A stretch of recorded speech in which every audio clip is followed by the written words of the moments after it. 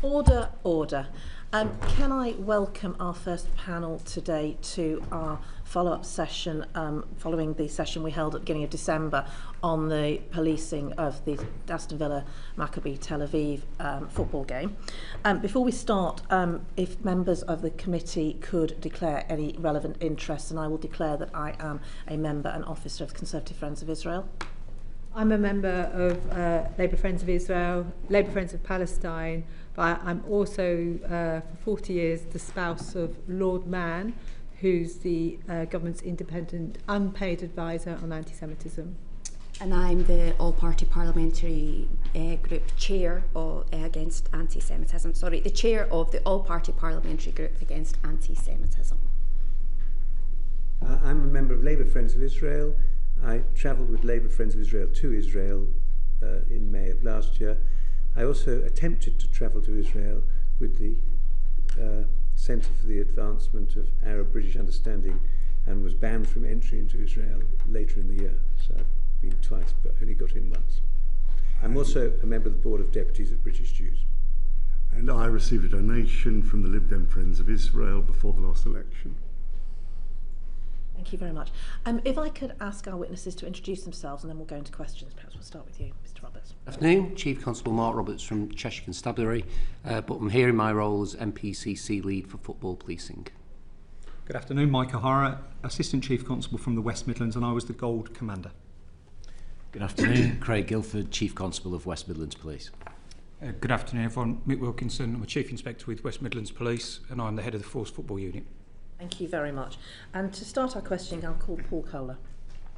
Thank you. I'd like to return to the meeting between CW and the Dutch police on the 1st of October. I think it was the 1st of October. It's referred to as the 2nd of October in the peer review, but I think it was the 1st of October, that meeting, yeah. There was no contemporaneous minutes of that. Is that normal practice when interviewing witnesses, not to have minutes taken? Sorry, did you say when interviewing witnesses? Yes. Or listening to evidence? Is it normal practice to take minutes? Sorry. Yeah, do you want to just come in there with that because you were on the meeting? So if I could just take a couple of moments, if that's okay, just to explain sort of my role within West Midlands Police and some of the operational experience that I drew upon in terms of the planning and the delivery of this policing operation. So I am one of West Midlands Police's silver and bronze public order commanders. I've been involved in football policing for the majority of my policing career, and I am part of the European Silver Cadre of police commanders policing both in the UK and indeed in Europe.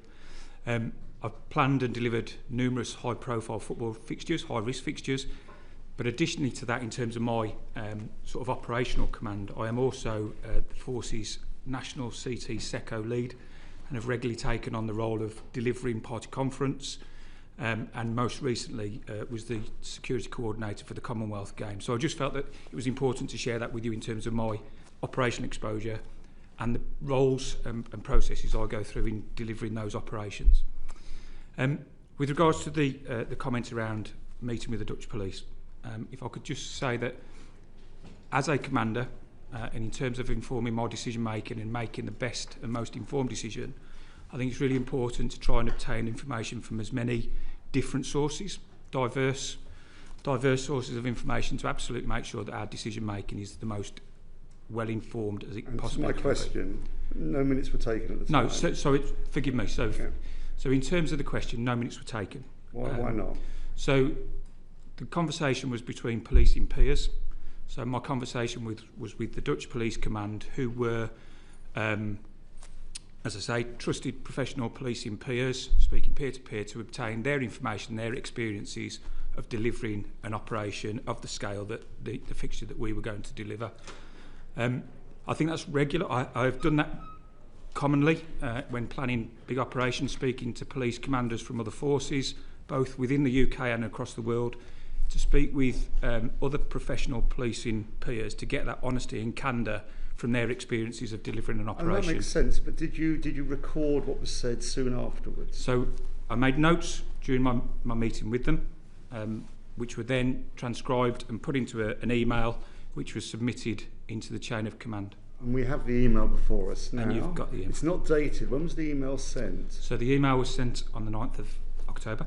That's a week later. So you made contemporaneous, or not contemporaneous notes, but notes soon afterwards. And this email is a version of those notes. Correct. Okay, thank you.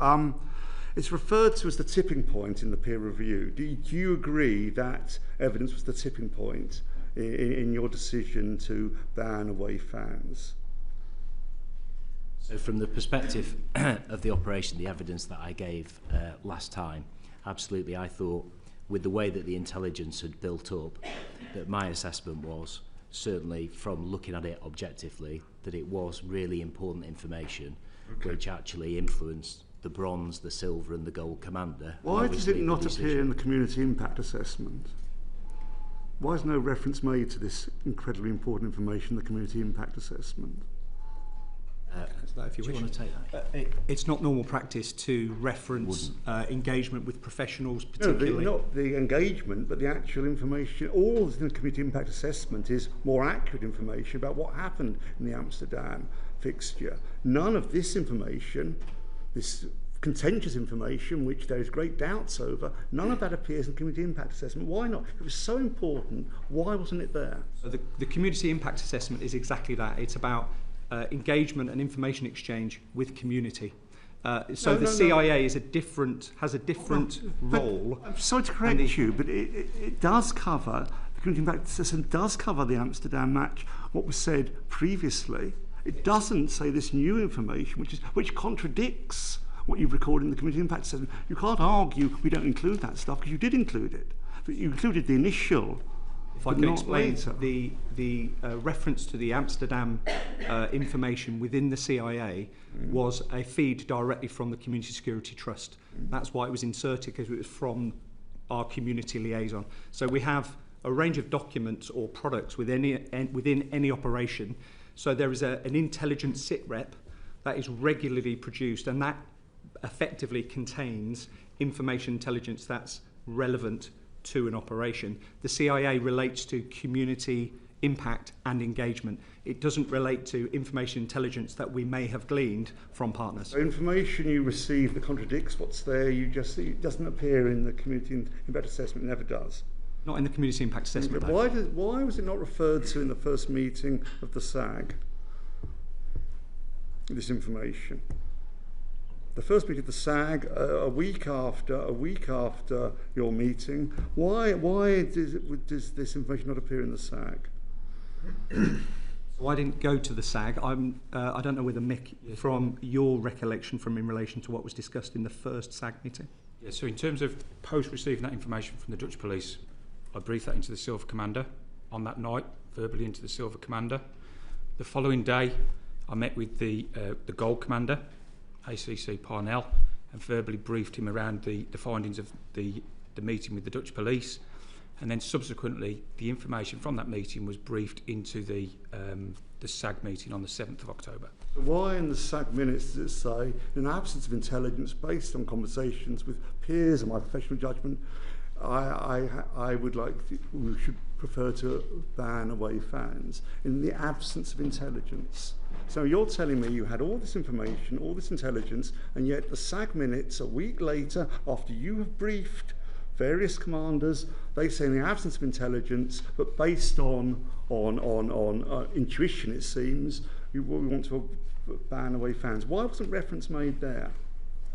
I think in honesty, there is a reality about what is information and intelligence, and sometimes the two can be misconstrued. Information is anything that is available to us that can inform some of our decisions.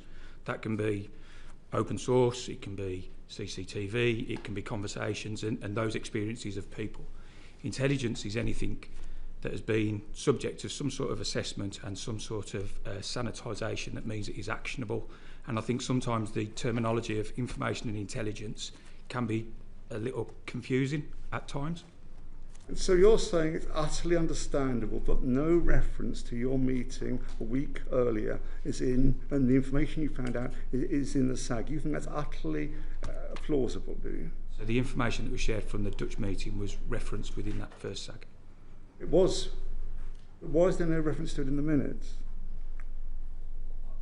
The meeting was recorded. I'm not sure as to the comprehensive nature of the minutes.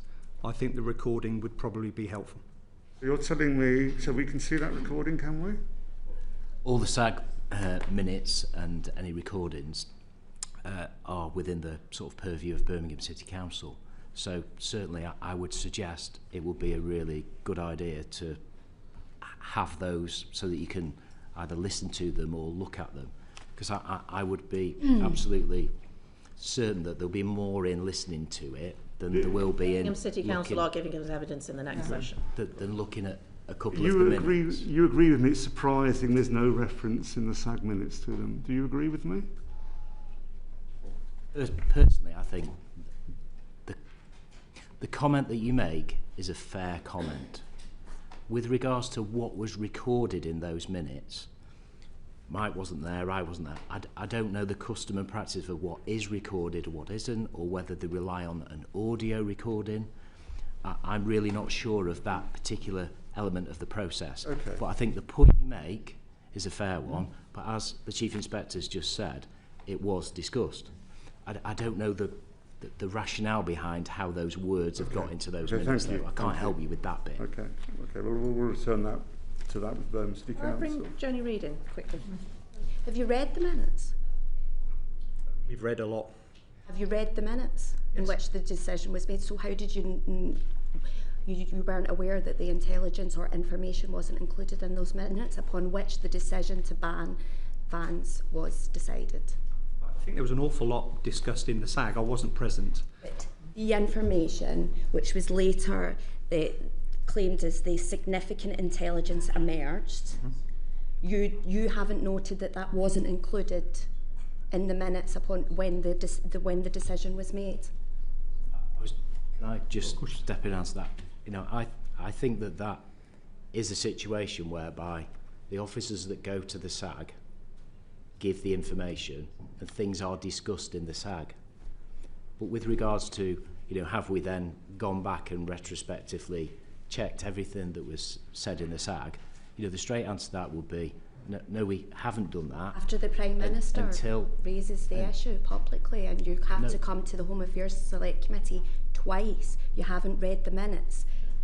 No, I'm not saying... Where the decision was made. Sorry, I'm not saying that. Okay. To be clear, what I'm trying to explain is that we wouldn't necessarily, I would assume it's not custom and practice to go through the minutes immediately after the SAG if the officers have attended the SAG and they've given all the information to the SAG. But with regards to this process itself, with all the things that we've prepared, we've looked at the minutes, and also as part of the process that we've been undertaking, there is a judicial review process, a stage at which we're at, which we've gone and we've listened to the actual recordings as well. But I think it would be very advantageous for you as members of the committee to secure, a copy of that recording. We'll ask the council at the next session, but just for clarity, this is my understanding.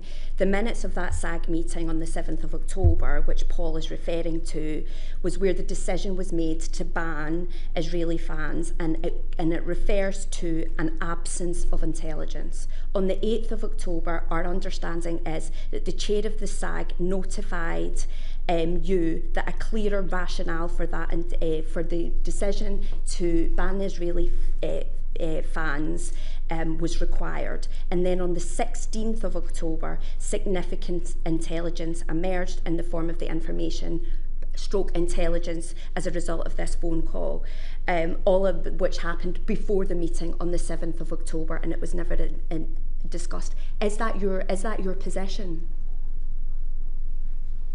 That's 3 or 4 things at the same time there. Can we just break those down? Do you want to talk about the SAG? So I think it's a very fair observation.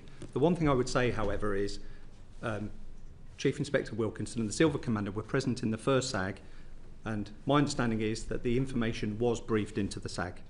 The fact that it's not reflected in the minutes is unhelpful, but that's something, again, we need to discuss with Birmingham City Council. You then reference that intelligence emerges. I think my assessment would be that information intelligence came into this operation from when the fixture was announced in the end of August all the way through September, October into November.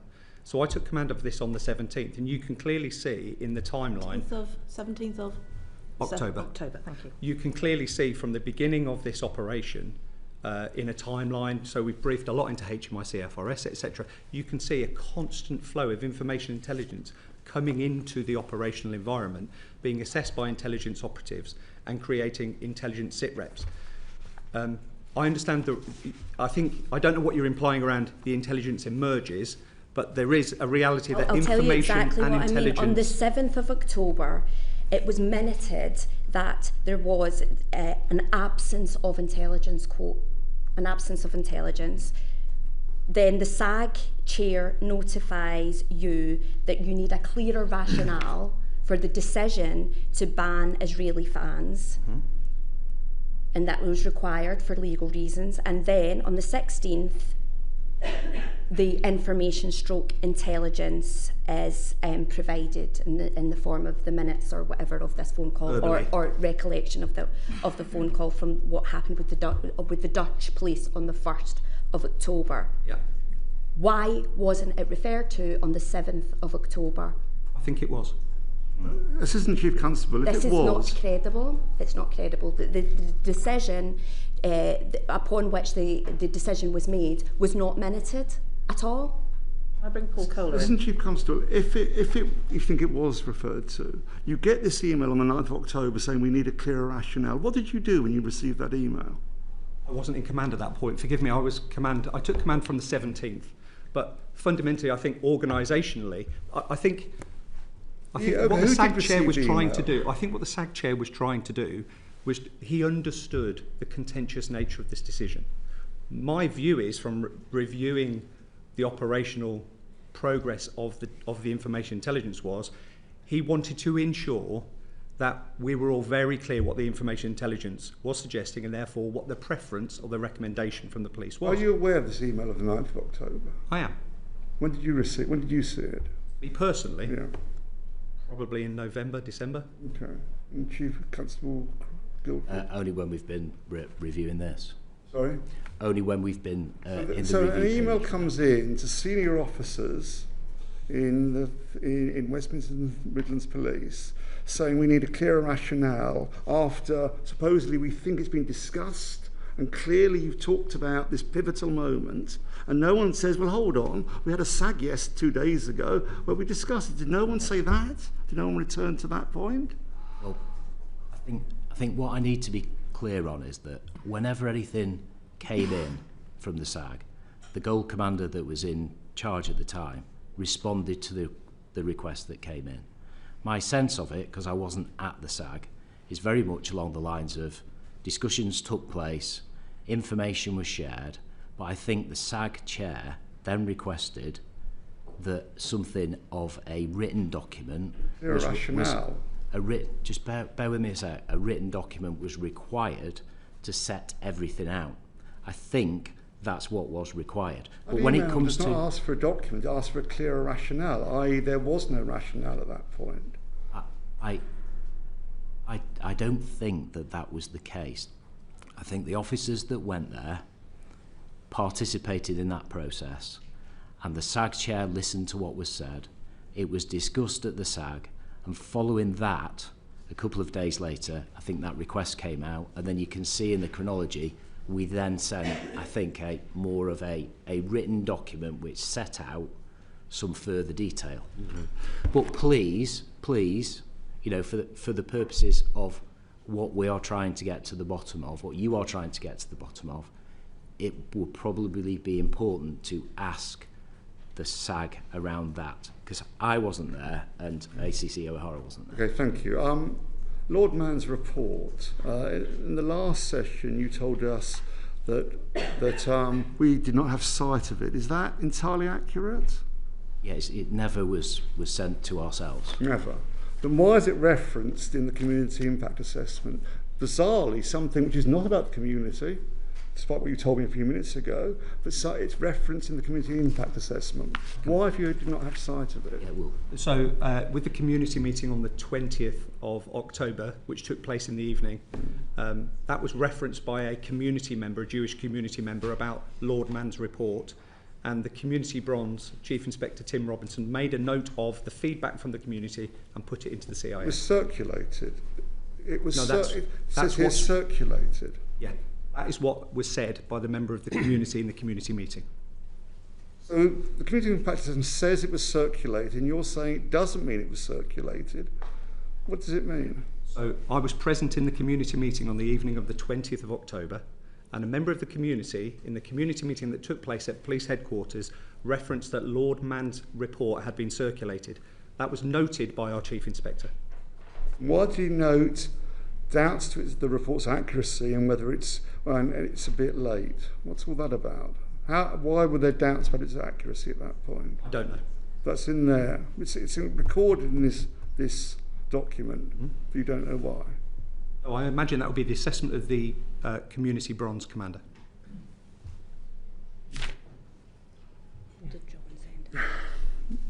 Turning to what happened in Amsterdam, do you stand by what you said to us last time about what happened in Amsterdam? yeah, the evidence that we gave last time. You stand by all those things you said happened, even though it's contradicted by the Dutch police, by contemporaneous evidence, by media evidence. You still stand by all those things. I have a list of 11 things you told us which are disputed. Are you telling us you still stand by what was said? I was really clear last time in what I said, and the Chief Inspector is sitting next to me who had the conversation. And I told you very clearly that I didn't doubt his integrity, and the information that we've provided in the 8 points in the letter, Chair, that you asked me to respond to since the first appearance, I've provided all that information to you. And I do stand by what was said. It was said on the basis of the information that was given to ourselves. So Maccabi fans attack taxi drivers. You still hold with that? In specific reference to the taxi driver, yes, I do still hold that. And I've actually, in preparation for today, I've seen that in one of the first community impact assessments, and remember Lord Mann mentioned something about taxi drivers and said, well, actually, it was the other way round. In his articulation, it was a taxi driver that was being attacked or allegedly attacked, or somebody dragged out of a taxi who was a Jewish member of the public. In the CST information that we've got that I've read as part of today, a taxi's mentioned twice. That incident is mentioned, but also there was an incident on the evening before which would imply that the taxi was attacked because it was, let's say, possibly a member of a different community. So this issue around the taxi, I think, and that was the information we got from the CST, one of the very first bits of information that they provided us with. So it mentioned 2 taxi incidents, one on the evening the day before and one on the day of the actual fixture. Yeah, can you send that to us? I think we have, but yes, we've got that, yeah. You still hold over 5,000 Dutch police deployed. You still hold to that, do you? No, I remember when that was discussed at the beginning with the Chair and with Lord Mann and ourselves. The 5,000 was our assumption as to what were the inputs over those 3 or 4 days of the policing operation, because I think the Dutch said more than 2,000 on just the day of the operation itself. They said 1,200 were deployed. They said 1,200. Sorry? They said 1,200. Sorry, I thought it was nearer to 2,000, but the 5,000 was a planning assumption from the Silver, which we discussed right at the beginning of when made up, in fact, the evidence in was given. That's not right to say it was made up, no. That's not right. That's really not fair. It was a professional assumption of what would be required over the period of days. And I think I remember yourself and Mr. Mann having that conversation at the beginning of the evidence. Chair. I think what we were saying that may be a way that you came up with a 5,000 number, but it isn't it's a finger in the air hoping to get to a calculation that might possibly work, rather than actually having any concrete No, definitely not. No, it's basis. just a professional estimate as to how many officers. You didn't check it with the Amsterdam Police. You didn't go back and say, if we say 5,000, that's correct in terms of the... No, we didn't. That was just the assumption that we've made based on 4 days. So you don't know whether the worth 1,200 was 1,200 on one day or 1,200 over the full period? No, I assumed from having spoken to the Silver Commander that the number itself was on the day of the actual event. And I think it was more towards the 2,000 than the 1,200. I know some of that, those figures have been disputed, as you quite rightly say, but no, that was our assumption. You still hold the line that no AI tools were used in the preparation? Yeah, I've just got a note about that as well, because in your letter you asked as well around the some of the background of the information and the intelligence which we've provided, and there was a definite note that we've got to the bottom of in terms of the West Ham game, and I think the summation, I think in the House, it was a question that was asked in the House, was that, you know, you've used AI, or West Midlands may have used AI on this particular occasion. We don't do that. We don't use the AI. The West Ham side of things and how we gain that information was one of the officers in producing the report. Usually they would go to, and correct me if I'm wrong on this, Mark, they would go to a system which has sort of reports, intelligence reports that all the football officers use over the country of previous games. They didn't find any relevant information within the searches that they made for that, and then they basically Googled, you know, when was the last time, and that's how the information came to be. So Google the AI. I don't The AI think, function on Google, is it? I'm told, I'm being really candid here, I'm told that they just did a Google search on that because they couldn't find it in the normal system. And as it transpires, as I've said and make really clear, that information was wrong. And I've apologized. We know that. We've gone through that. But why was your officer Googling? But we haven't routinely used AI. Why was your officer Googling to find information? If he looked in the usual place, there wasn't any. Why didn't he stop at that point? Why did he start Googling to try and find something? Because when you do one of these assessments, I'm fairly convinced that when you produce it, you look at when an event has last taken place. You try and find the information as to when it last happened. And you go to the football system and usually it tells you. But because these teams hadn't played for so very long, I don't think the information was in the system. Is that right? There's still, we've double checked, there is no information held in relation to Maccabi playing in this country on the national football system, which clearly they've played, but there was clearly no incidents that were recorded. Isn't that your answer? Yeah, there were no incidents. Well, but rather than accepting that, you went, we'll find it somewhere else. Can I just come in? Can I take? I want to get away from. I'm getting bogged down in detail. There's a few other points for me to make. I just want to come in on the accuracy of your reporting, because in the SAG minutes of the 16th of October, there was a discussion about the risk in reference to the different football fans. When talking about the Maccabi fan base, incidents in Italy, Norway and Holland were referenced, but none of these incidents involved Maccabi fans. For example, in Italy, it involved Beata Jerusalem. In Norway, it involved the Israeli national football team. And in Holland, it was the Israeli baseball team. And in fact, both of them was pro-Palestine protest rather than Israeli fan bad behaviour. So you're using evidence that did not actually relate to Maccabi Tel Aviv to highlight a risk to the community, which I don't think actually existed. Can I also ask, you stated that Lord Mann had said that a Jewish person was dragged out of a taxi as part of his report. Can you point to exactly where that's said? Because we've been through the reports and we can't find that. Can I assist on that, Chair? Thank you. Well, I've obviously seen Lord Mann's report. He references on the first page of the report at point 3, there was an altercation with a taxi driver that resulted in Israeli fans attacking a small number of taxis at the same location. The event dissipated quickly as the taxi drove off.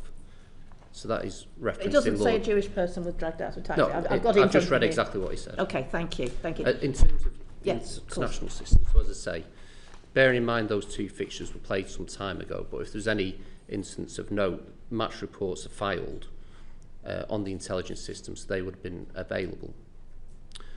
In terms of any current intelligence, we would also check with other countries where you can imagine, to try and find out if they've relevant intelligence. So we brokered the contact between West Midlands Police and the Dutch National Police. Subsequent to that, we'd do the checks. Obviously, there was the incident with the Tel Aviv derby, which came out partway through this process. Say that was after the decision was taken. Yes, that was after the decision. And then there was a further incident. Yes, and it wasn't the Maccabi fans, was it? It was I'm sorry. I think the reports were that it was at the Maccabi, and forgive me, the other Tel Aviv clubs, the derby, and the report that was disorder there, and it was reported by the Israeli police as being serious disorder. I mean, the game was called off, wasn't it? It was afterwards, yes. That was after the decision, but while it was before the game. Yes. Okay. Can I? If I found the reference, if you want. Okay, please. Do you want to go first, and then I'll. Yeah. Just the taxi I asked thing. the question about why we're using different incidents of football involving violence where Israelis were involved as a way to highlight the threat that Maccabi Tel Aviv fans played into the community. It feels to us, from everything we've seen, that there was a need that you felt that you had to justify banning these fans, and that scraping was done to find a reason. Right. Well, that's absolutely not the case. I'm really sorry if it comes across in that way. That was absolutely not the case. The information, the intelligence that we received, that we documented, and we've shared absolutely all of that with HMIC FRS very, very recently, was all gone through. The mistake that was made in terms of the West Ham was one individual doing one Google search because he couldn't find the reference because it wasn't there within the system. But do you want to just answer that question? I've just got a couple of points just to try and help a little bit if possible. So open source research is not unusual in police information and intelligence gathering, and it's specifically called out in the public order, public safety, authorised professional practice as good practice to do online open source research. So that is not unusual. This was briefed into the first gold meeting very early on, and at that point, from everything that I've read, West Midlands Police were planning on receiving Maccabi Tel Aviv fans. So at that point, the reference, almost the implication that was erroneously searched for to try and build evidence to justify it's not a fair reflection of the reality. The open source research is good practice. It incorporates the broader understanding for your threat assessment. So the open source research was a mistake, and that has been called out. AI was not used. Just in relation to the point you raised, forgive me, again, my understanding is, and I wasn't at the SAG, but my understanding from the SAG was that they discussed the full range of risks, and that included the risk from pro-Palestinian protests. So my understanding is that if you look at the intelligence picture and the information develop over time, it was clear that there were people locally who were very unhappy about Maccabi Tel Aviv coming to Birmingham, and that there were threats, and there was information intelligence of those threats. So we had the rising tide of concern locally, and then we had the additional information about Maccabi Tel Aviv and the potential threat of them attacking community members as opposed to rival fans. And those two things together, I think, presented a reasonable position for the police to say, we want to protect the public. And this was about a reasonable decision to try to protect the public. Can I bring Joni Reid in? It's a question specifically for Mr. Roberts. We've heard a lot about Lord Mann's report. It's one quite concrete piece of research on the actual football team that we are discussing. When you received the report from Lord Mann, what did you do with it? So first of all, I will say I've had a dialogue with Lord Mann over a number of years. It's always been a very positive dialogue. I think he always comes from a motivated point of view of the fans' perspective, and that's not just over the issues involving Israeli fans, particularly around disabled fans. Is a real champion, so I'll listen to Lord Mann and we have a good dialogue. That said, in terms of the report, it was marked private and confidential. I made a number of attempts to try and arrange a meeting with him. There were 2 meetings arranged, and I offer no criticism. He's a busy man and things happen, and I understand there was a technology failure on at least one occasion. But we never actually managed to speak, despite a number of attempts to try and speak to him. As I offer it as no criticism, because I speak to Lord Man a lot, and I think he quite enjoys speaking to me on occasions. When I look at his report and the relevance of it to the risk assessment process in this particular case, the salient point, and it's been brought out already, the distinction between intelligence and information. The relevant intelligence in this was the narrative around what happened on the night with Amsterdam. That was superseded with first-hand evidence by West Midlands Police speaking directly to the Dutch police. The rest of it is a narrative and an opinion by Lord Man, some of which I agree with, some of which I disagree with. So as such, it would fall into the category of information. So it won't be something that I fed into the risk assessment process, because I think the relevant element was superseded, as I say, by the conversation with the Dutch National Police. Thank you. So on the intelligence gathering operation then, could you just give us a quick overview of, other than the conversation that you had with the Dutch police and the Googling, what official documents you analysed that fed into your risk matrix? Yeah, so because of the nature of the football fixture, and this is not normally the case for a normal football fixture, you wouldn't necessarily identify an intelligence bronze commander. So in effect, you have somebody who's an intelligence professional whose role is to collate and gather all sources of information and intelligence to help inform a threat assessment on behalf of the commander. That then comes by way of, I think it was a weekly sit rep actually, I don't know whether that increased nearer to the fixture, but in effect the intelligence operatives create a document that is considered by the gold and silver commanders within their meetings and the use of the national decision making model. And that contains sensitive intelligence, intelligence flows from a range of sources. Specifically, what do you think was the kind of clincher, other than the conversation that you had with the Dutch police and the open AI Googling information? I wouldn't say there was a clincher. I think it was very clear from looking at the information intelligence flow and the feedback from community. Talk about this intelligence flow. I'm just trying to get a sense of what that intelligence flow and information actually looks like, because from everything that we've read and seen, it boils down to one conversation that wasn't minuted, and some inaccurate information about the football team in question. So can you put us right then? I mean, I'm giving you the opportunity. Tell us what the information and intelligence was. Comes in a range of forms. People giving information and intelligence, which is then assessed and sanitised, and it's then looked to be triangulated and corroborated. It's given a handling code, and then it's listed. I'm not asking about the process. I don't want to know about the process. I'm actually asking for specific bits of information and intelligence. If you're saying to me that we are not entitled to that, or that it's private and confidential, please do say that. What I'm just trying to do is be cautious about how I speak, because, so for example, very cautious. Thank you. There is something around, so in policing you have informants, for example. In policing you have technical feed, you have a range of sources of information intelligence online, chatter from people, human intelligence sources. So you have a range of intelligence that comes together that is then overlaid with a range of professional judgment. Thank you. Can I help you just a little bit with that? Because I think I sort of see where you're coming from. The types of intelligence, obviously you get intelligence from the community, from individuals, and that intelligence is fed into the system, but it's made in the form of intelligence reports. And we received a number of those intelligence reports off different people, which fed in to what Mike has just been receiving. So in terms of like, what are they? You know, I think that's what you're getting at. I'll tell you what I'm struggling with, right? I'll tell you what I'm struggling with. The main source of intelligence is from a private conversation with the Dutch police, which they have, which they are denying the contents of, which they have publicly doubled down on since this news was published.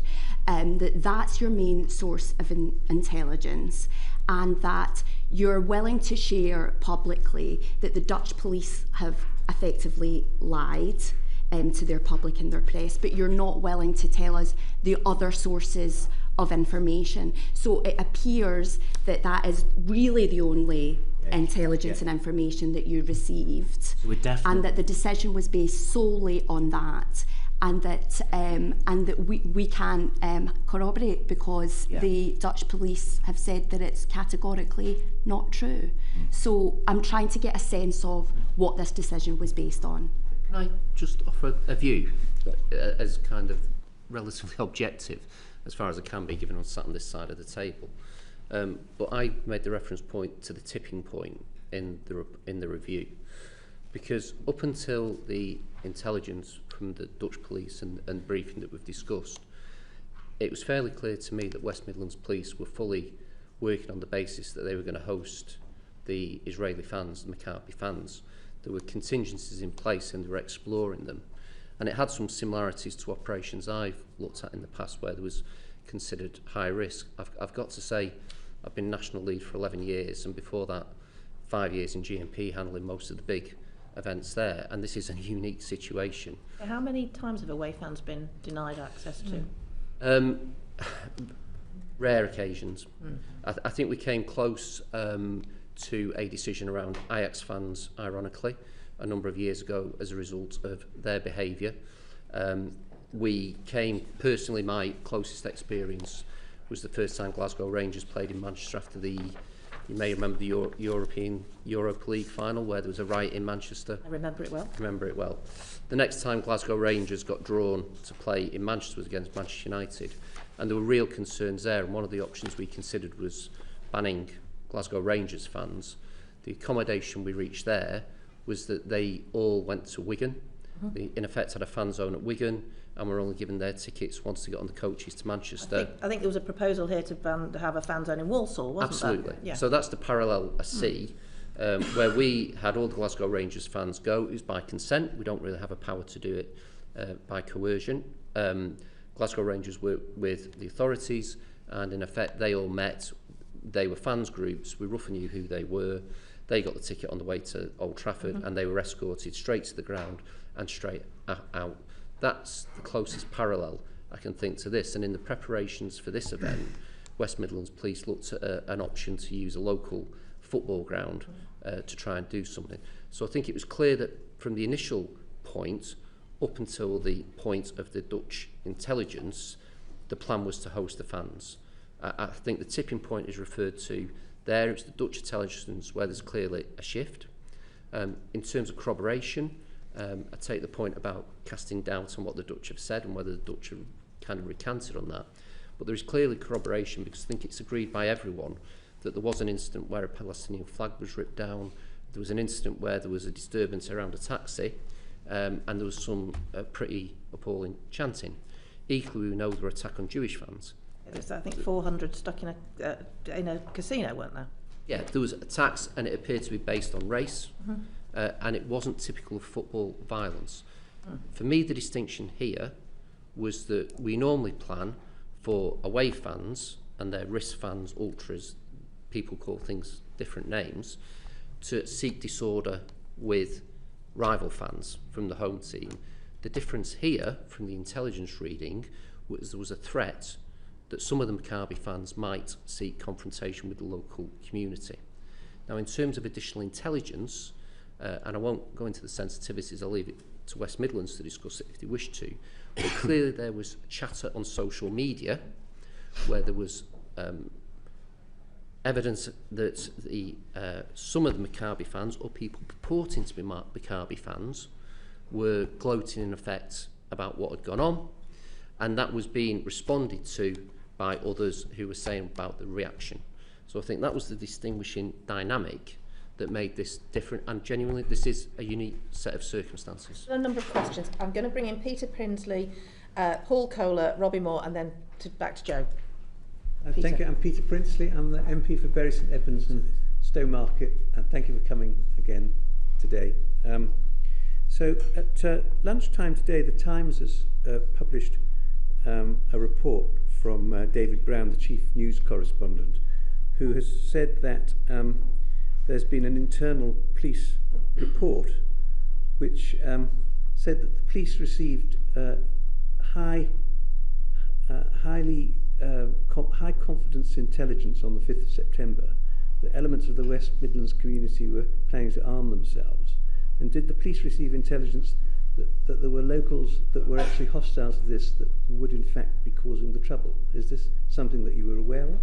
Where does this information come from? It's just been published at lunchtime today. I think that was the point I was going to raise just around the broader intelligence flow.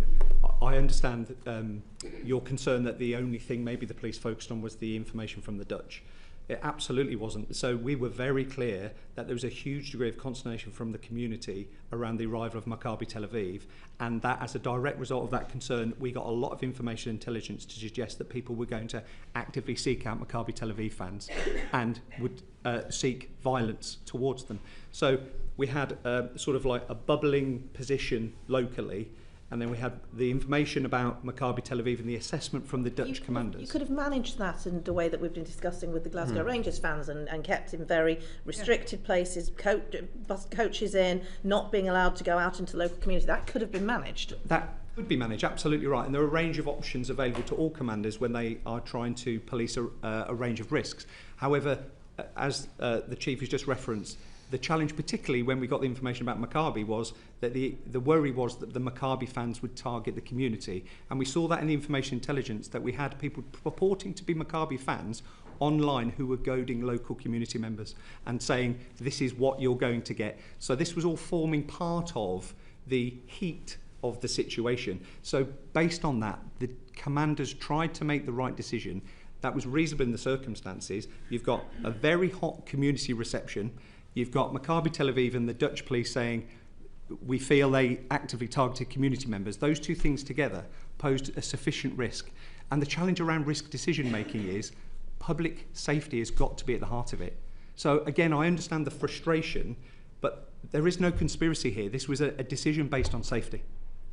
So why are we only hearing about this now? Why is it that a report has come at lunchtime today from the Times newspaper that you had information on the 5th of September that there were likely to be vigilante groups within the West Midlands community itself who were planning to take action against the Maccabi fans?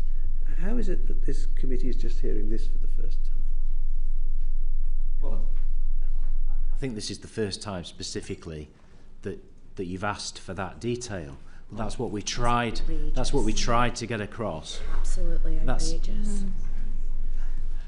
This is the first time that you... I think to be clear, we have wanted to get to the bottom of this and understand why the decision was taken that you did. We would like very much for you to be able to demonstrate to us that this was done entirely on a risk-based matter for public safety, etc., etc. And it is very frustrating if there is information that could help you in that doesn't come to light up front. And I don't think we should have to ask specifically for every single piece of information if you have things that you could give us that would assist us in this process. So we do have things that we've documented in the form of the reports that you've asked for, which you've set out quite clearly.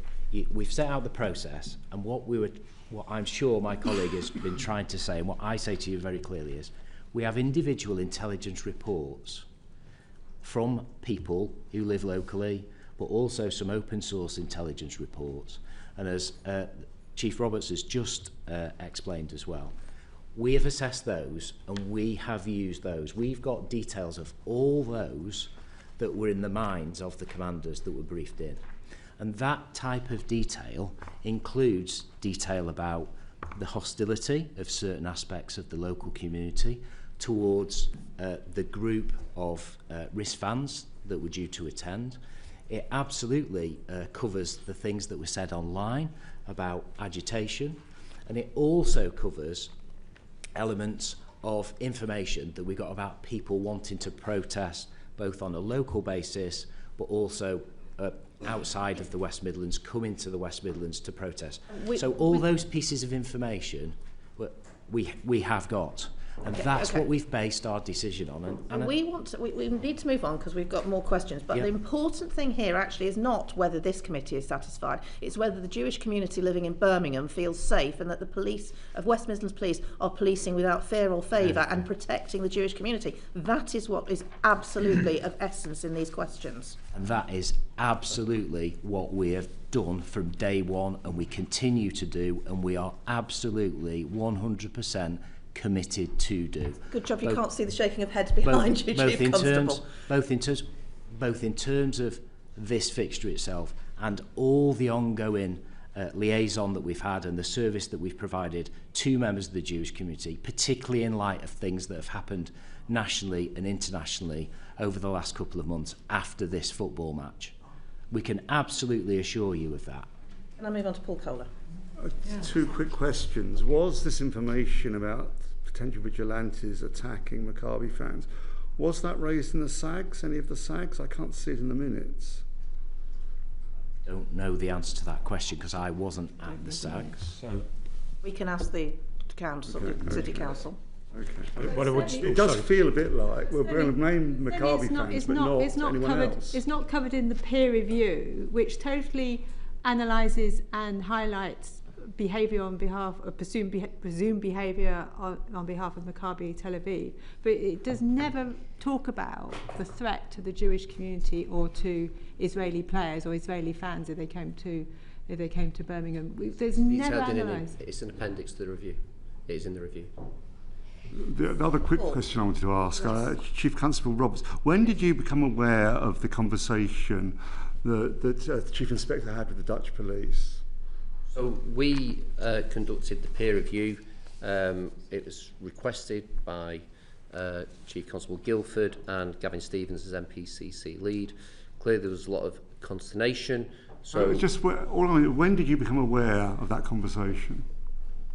Well, the review was on the 20th of October. You didn't become aware before then?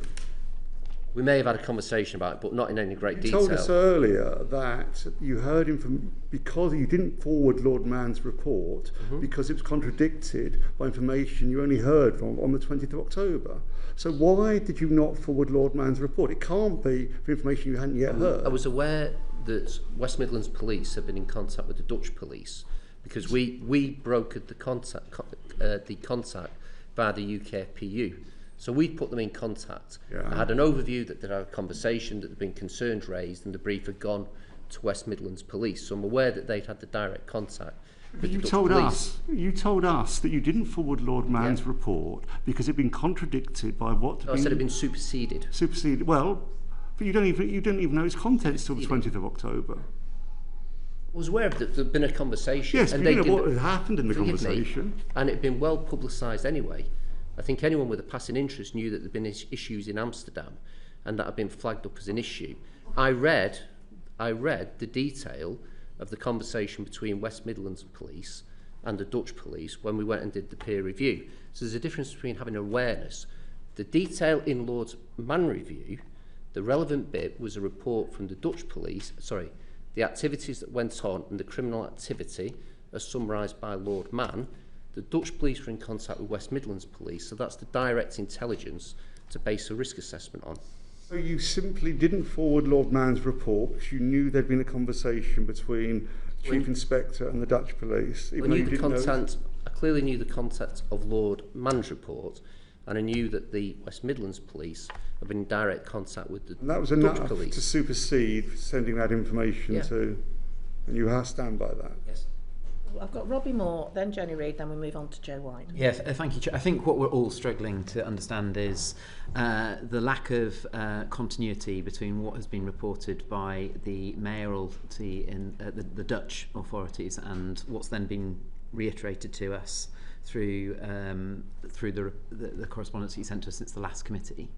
So the Dutch police are clearly saying in their evidence that's been provided on the Wednesday night before that effectively the instigators were threats of aggression and threats towards Israelis through social media postings.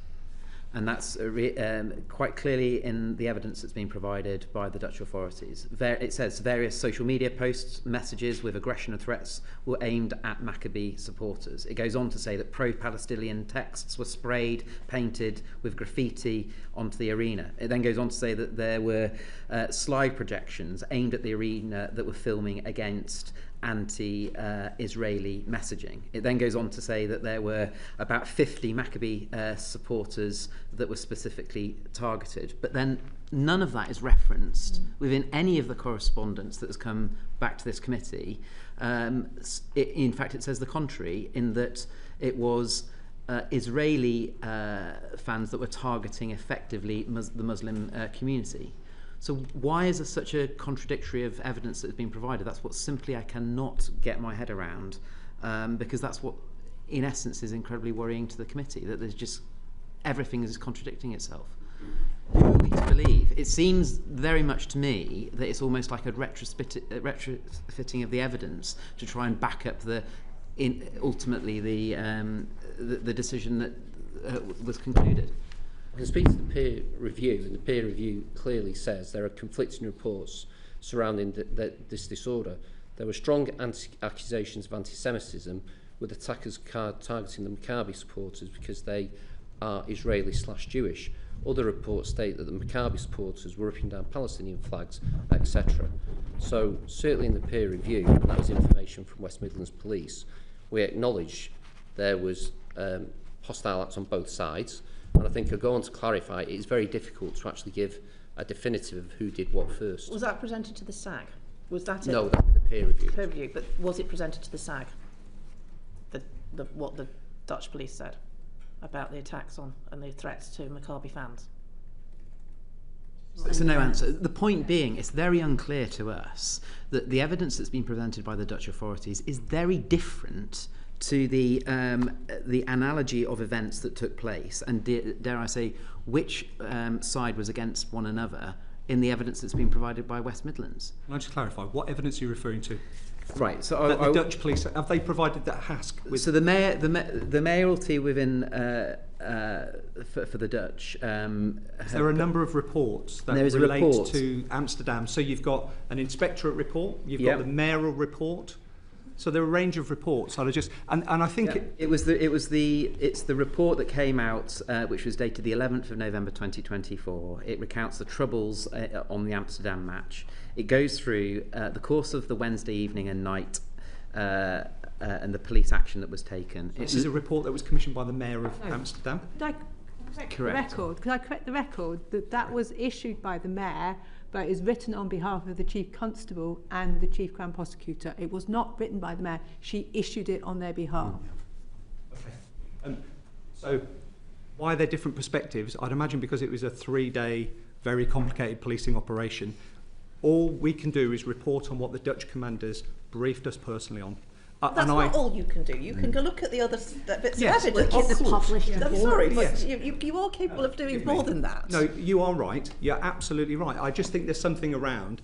We've had a personal one-to-one conversation with Dutch commanders who briefed us around the challenges they faced in policing 3 days of extreme violence across the city of Amsterdam. I acknowledge there are a range of perceptions and views and different reports that contribute to that. But our assessment was we've got growing community tension. We've got the arrival of Maccabi Tel Aviv, whose hooligan element within the ultras we were concerned about, and those two things meant we were told the ultras weren't coming. We were told last time. We were never told that. Lord Mann said he believed that he was briefed by Maccabi Tel Aviv the ultras were never coming. We were never briefed that the ultras were not coming. Was the question asked? Chair, can I just... One of the difficulties in this, normally when we have any sort of fixture with European teams, the UKPU, which is the National Football Intelligence Point, forgive me if I'm telling you something you know, would liaise directly with their opposite numbers in the foreign country. Israel doesn't have an NFIP, so we attempted to broker that contact via the Foreign Office on 2 occasions and weren't able to do so. We've seen that in the peer review, how disappointing it is that there wasn't that. Yeah, it's a missed opportunity. Equally, UEFA have a conference at the start of the football season where they invite participants, clubs and police, and again, Maccabi turned up to that conference, so there was able to be a conversation between them, Aston Villa and West Midlands Police. The Israeli police, again, didn't turn up. And normally you would have a pre-visit to an away game where the police would visit with the club and assess the security positions. The fact that there was no direct contact with the Israeli police made that more challenging, because we can't always, and this isn't specific to Israeli teams, we've had problems with people from different countries. We can't always rely on what a club tells us. And there are plenty of examples, and West Midlands can probably speak to one challenging European fixture they had with the Age of Warsaw, yes. Where what was told by a club actually didn't materialise. So, of course, you should try and triangulate with every possible source, but our normal avenue of going police to police wasn't available in this circumstance, which made it harder to make firm decisions based on the information supplied. I suppose where we are confused is that that's the case when the away fans come and, okay, you've not been able to get the full picture, but the away fans are still coming, and afterwards you regret actually that there could have been different things done, and with hindsight things could have been different. In this case, the away fans were banned. That is a different situation, and the thing that is puzzling us is why there weren't extra steps taken to confirm why, in this case, the extraordinary and very out of the ordinary decision to ban the away fans was taken without picking up the phone to Israeli police. And maybe you tried, and we've not had that information. Perhaps you did try, without having those conversations with Maccabi Tel Aviv. If you did it with others and allowed the fans to come, and you didn't take that risk-based approach, which you tell us is what you're doing, it's always risk-based, it's all about public safety, then why on the earth, when you get information that you don't trust, do you just not ban every away fan? Well, we'd never do that. And I'm just trying to pick up on some of the questions that you asked as well. What troubles me as chief is similar to what you've said, which is we have a conversation with three commanders, the three people that were involved from the Dutch side. And that information was clearly very concerning to us. That information was first-hand, from the horse's mouth, from a fellow professional. And that information itself, at the time it was given, we were not, there was not a commentary to the contrary by those people. I don't know why they've made the comments that they've said. I'm not sitting here and saying, oh, some of my colleagues in Holland are lying or anything like that. All I'm saying is we were provided with that information, and we've assessed that information, we've documented it. I've seen the notes that were made in the email, and it was really quite important information which clearly had an impact on the commanders and their assessment of the overall risk. So ask, why is that so different to the commentary that's been provided in the report from the Dutch? I honestly do not know why. I can only tell you what we've been told by our fellow professionals. That is the straightforward answer to a straightforward question. In terms of some signalling, and I appreciate your Can I just before,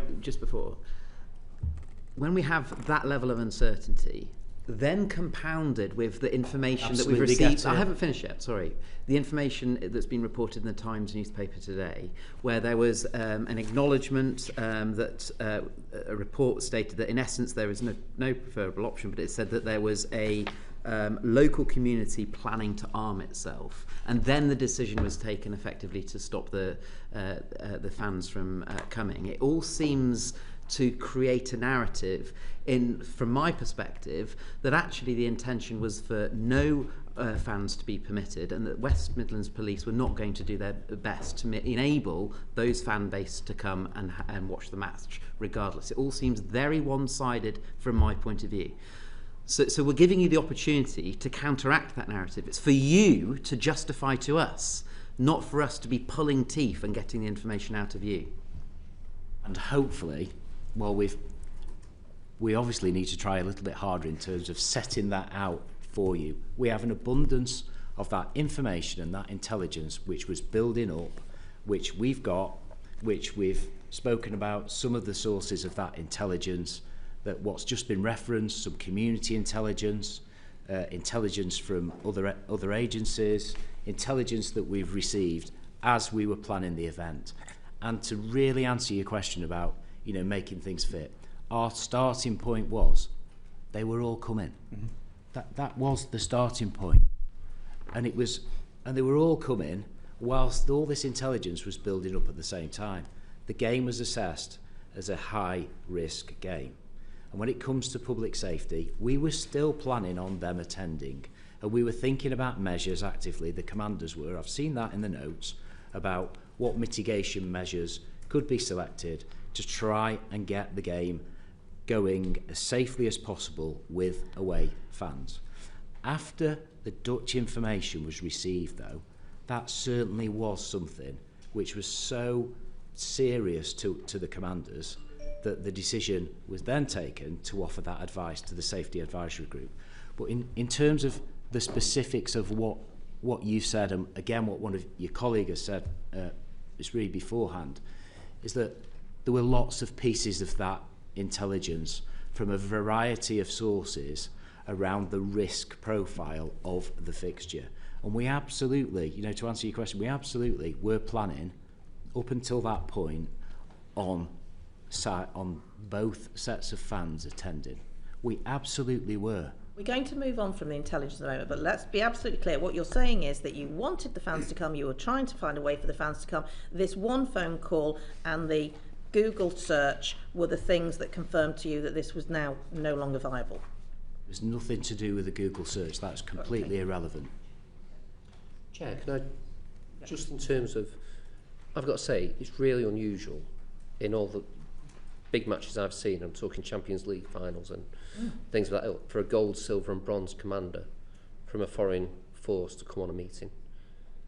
The Amsterdam Police, I've seen them firsthand deal with an awful lot of football violence.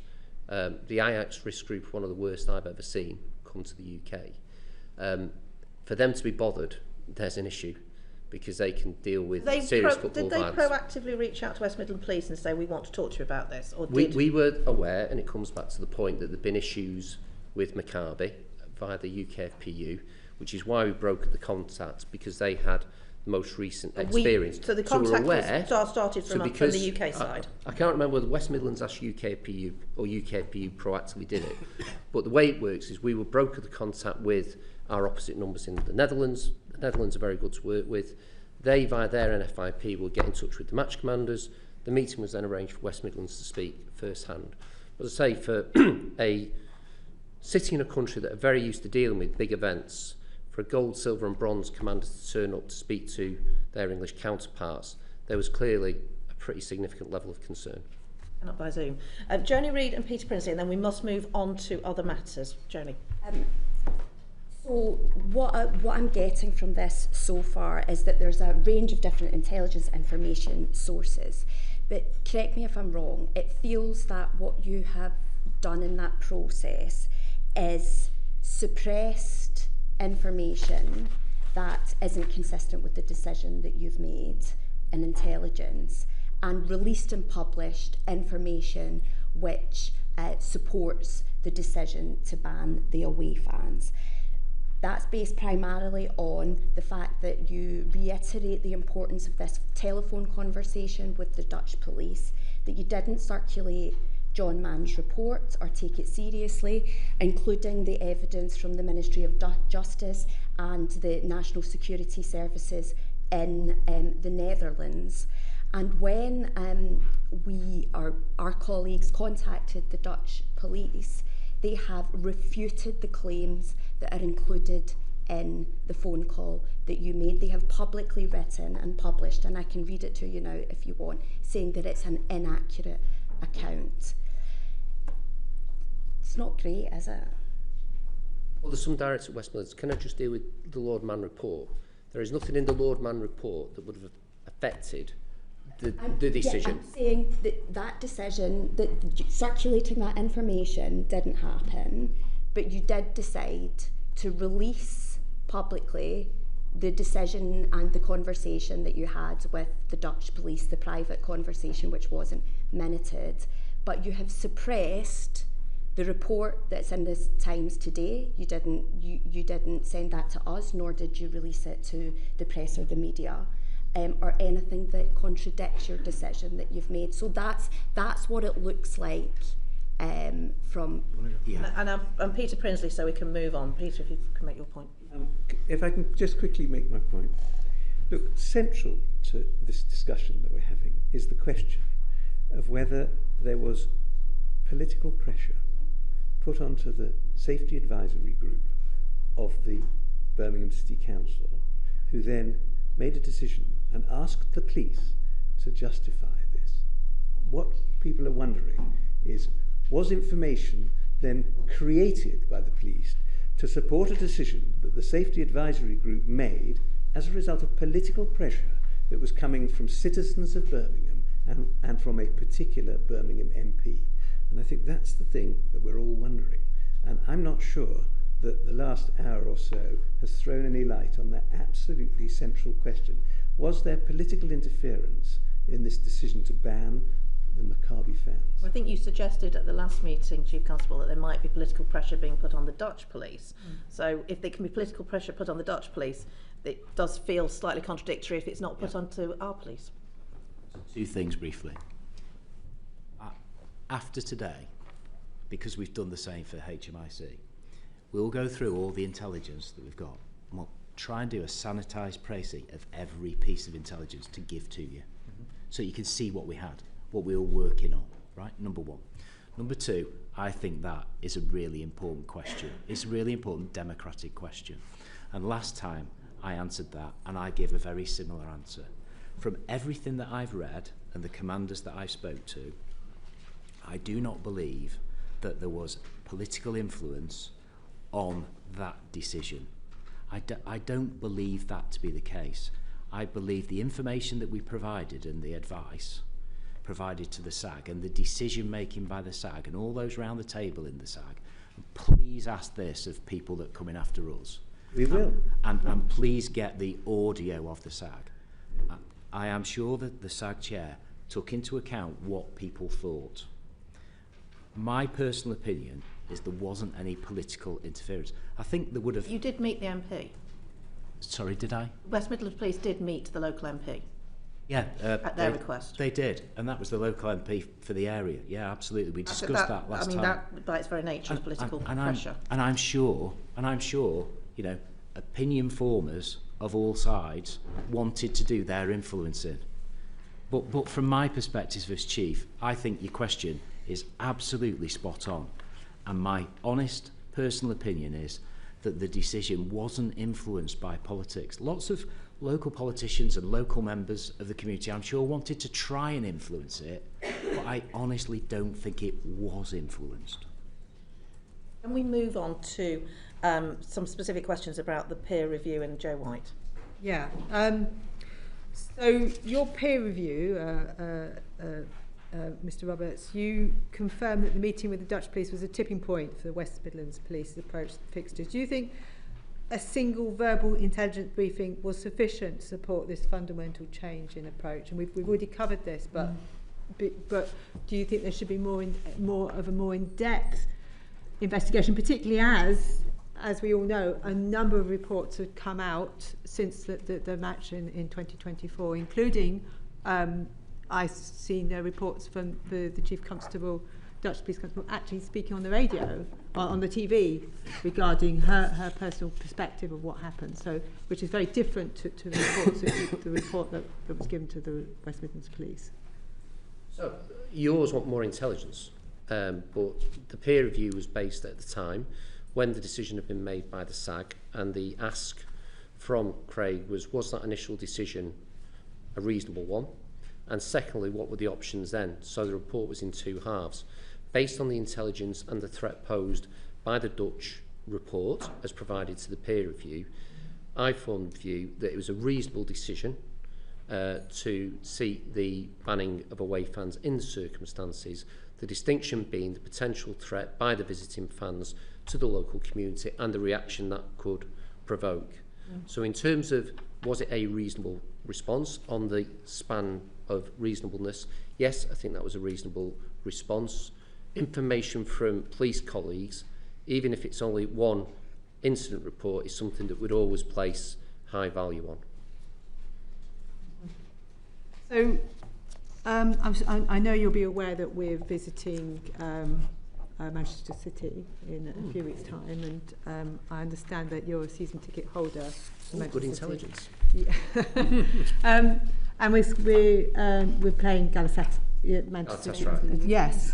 So there were 2 murders in Leeds. Leeds, yes, and obviously that's a team that hasn't been allowed to come to the UK on countless times since that occasion. So what security assessments would you give to that team coming to the UK? Well, that security assessment is going to be done. We will provide intelligence as best we can, working with the Turkish authorities, and that'll be up for JMP to do the threat assessment. Times change, the behaviour of fans changes.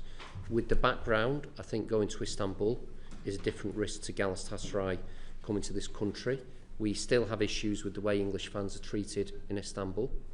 There are very draconian measures put in place for English fans, and we work hard to try and make sure that the fans are treated appropriately. So there's not a direct read across. Certainly anyone going to Galatasaray would always be a concern to us. Coming to the UK, I'm really confident that GMP will manage it well. So at the end of your peer review assessment, you actually said you believe that the preferred option would have been to bus fans into Aston Villa. So the peer review, as I say, was in 2 halves. Yeah. The ask from Craig was the original decision a reasonable one? I mean, you can take a view whether it's right, wrong or indifferent. It was a reasonable option. In terms of the prospective view then, the ask was what the reasonable options going forward. And I gave 4 options. One was ban all the way for all fans. It was deemed that would be unfair on the Aston Villa fans who hadn't caused issues, and you could then provoke a response from them, so it might increase the threat. The second one was allow everyone to come as per full allocations. That seemed to exacerbate the threat. The 2 possible options were subject to discussions with the government, which Craig can speak to, was maintain the ban on away fans. The other option, which then became the preferred option, was to have a limited number of Maccabi fans.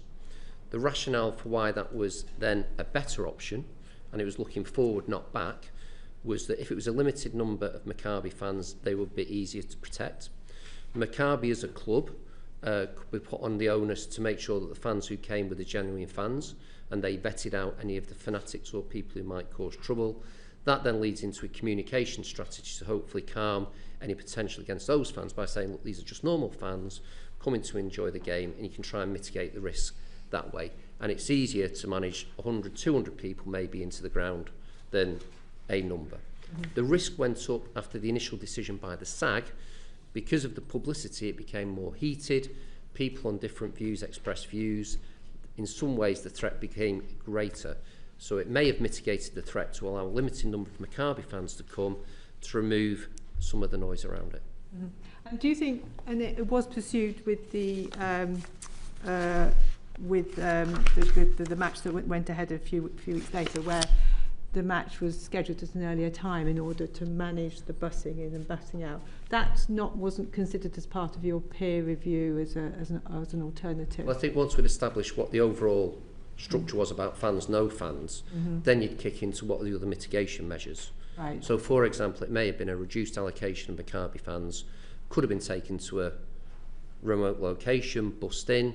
It could have been they came in smaller groups in less obvious transport to avoid a big escort and a big drama. It could have been that there was restrictions on drinking. That would have then fallen after that as to the detail of a tactical plan to try and make it happen as safely as possible. We've already covered the fact that there was no communication with Israeli police. Do you think more action should have been taken in order to try to make that actually effectively happen, perhaps a Europol or A Europol wouldn't really become involved in this. There's a danger in going through an outside existing networks, because it's very well established, the football policing network of NFIPs, where we exchange the information.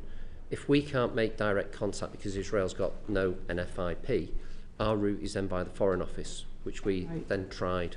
So there was 2 distinct attempts to do it. There was the missed opportunity in Budapest at the conference. So with hindsight, could we have tried even more? Yeah, I think we would, but I think we made reasonable attempts to try and engage with the Israeli police and authorities and unfortunately we couldn't broker that contact. We need to move on to community engagement, so I'm going to bring in Joni Reid. Thank you. You'll know how what a difficult time this is for the Jewish community in light of the huge surge in anti-Semitic hate incidences and, of course, the murders in Manchester. And since this decision was taken, we've had the horrific event on Bondi Beach. Based on that, was that not at the forefront of your mind at any point when you were making these decisions? And did you at any point not think it was a good idea to seek more advice, support and recommendations from the Jewish community? Did they feature in your thinking? I can come in there if that's okay. So I think we've learned a lot as a force in relation to our engagement with the Jewish community. I think if there is a silver lining in this whole situation, it's the fact that we are working, I think, closer and more strategically with the local Jewish community in the West Midlands. If I talk specifically around the engagement for this particular fixture, subsequent to the announcement at the end of August, from the 3rd of September onwards, West Midlands Police engaged very closely with our local community security representative, security trust representative, our CST rep, and that's sort of a tried and tested approach. But I think our learning is that we missed a real opportunity to get closer to our Jewish community sooner in relation to this fixture. I think our liaison with our CST rep has been very, very strong, and we were meeting with him weekly, probably more so actually, and there was a lot of information exchange, and I know that the CST have an advisory role. At the point where we liaised with our main community contact from the Jewish community, we were moving into High Holy Days, and there was some limitations in relation to contact, but fundamentally we'd arranged to meet with the chair of the Birmingham West Midlands Jewish Representative Council on the 17th of October, face-to-face with CST, etc. I think... after the decision? Yeah, it was after the decision. However, the second SAG was scheduled for the 20th of October, and it was brought forward on the 15th. So I think there are a number of things there. I think our face-to-face meetings with Jewish community reps in Birmingham weren't soon enough. 100% agree with you. I think within the letter from the Chief Constable to the Chair of HASC, we've highlighted, I think, an improved engagement position with the Jewish community in the West Midlands. And I feel we have developed and continue to develop stronger and more collaborative working arrangements. I think, learning-wise, I think CST liaison is our go-to, and I think police forces do that nationally, and I think it's insufficient for events of this magnitude, and I think our learning is we should have liaised earlier with our key representatives. I do think, however, it was rather unhelpful that the SAG was brought forward, I think. So the SAG was due for the 20th, and the two key community meetings, one with the Jewish community, one with the Muslim community, interestingly, were both took place on the 16th and 17th, both after the decision. Thank you. Just as a kind of side note, and the West Midlands Police is by no means the only perpetrator of such an approach, or a crime, as I would not very appropriately say, but you know, I find it hard to believe that this approach would have been taken had it been any other minority group, and I think it's really important that all public bodies and institutions reflect on that. It would be unlikely to have happened with anyone else. Why did you decide to consult with, I think it was 4 or 5 mosques and institutions in the area, or organisations in the area that have well documented whether it's in the press media or indeed crime incidences of anti-Semitism and extremism prior to the decision to ban the Maccabi fans? So my understanding is from liaison with the community bronze commander that we didn't. So the liaison with the Muslim community, the large community meeting with the Muslim community, took place on the 16th, which was subsequent to the second SAG, which was brought forward from the 20th. So it's incorrect to say then that you consulted and met with various mosques, including ones with a history of anti-Semitism and extremism. That's not the case. So I think there's a difference between consultation and engagement, firstly. Okay. So did you consult with them? So you didn't meet with them, but you did consult with them? We engaged with all of our communities. What does engage? Sorry, I want to be really clear about this. Me too. You didn't meet them? Yes, we did. You did, but after the decision was made? On the 16th, correct. On the 16th. But prior to the decision that was made, who did you meet with? That you understood or you now understand to be extremists or anti-Semites? So the engagement plan around this related to reassurance and communication. So there's a difference between consultation and engagement. So we weren't consulting with the community, we were engaging with the community to get community sentiment, viewpoints, understand tone, understand tension, and to reassure that we were going to do everything we can to protect all communities around this fixture. So the engagement starts at local neighbourhood level. So from the 3rd of September, when we identified our community bronze commander, through to beyond the fixture, our neighbourhood teams have been liaising with people within the vicinity. So for example, we had, through our interfaith forum, we had the Church of England church in Aston make contact with us because they were worried about protests. Okay. So the neighbourhood teams liaised with them in relation to reassurance and to understand their fears. So that work took place from the outset, from the 3rd of September all the way through to prior to the fixture. The formal community bronze meeting, for want of a better phrase, that took place with the Muslim community and the Jewish community took place on the 16th, and then for the Muslim community and actually those in the broader community, it wasn't just a Muslim and Islamic meeting per se. And then the meeting with our chair and the CST rep from the Jewish community took place on the 17th, which was then followed up on the 20th. Okay.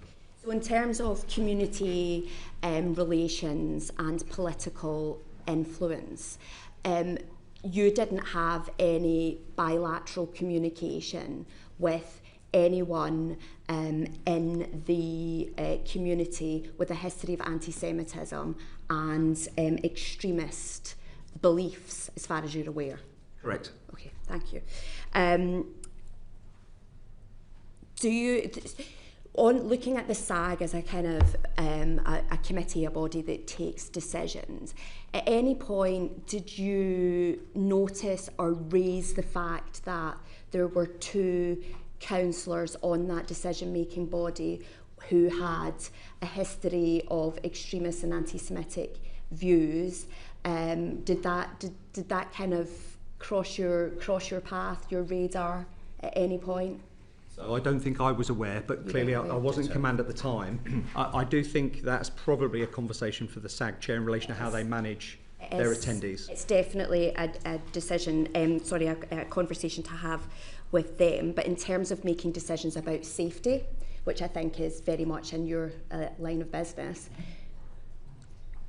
having a kind of approach, or at least an understanding of who's making these big decisions about the safety of our community and where their ideology or indeed their kind of decision approach is. You didn't think about that, discuss that. You weren't concerned about who was on the SAG and the decisions and the information that they were bringing in, influencing in the decision about safety? I don't think we were concerned, no. No. Okay. Independent SAG chair, professional, experienced, and lots of different of our local partners represented at the SAG table.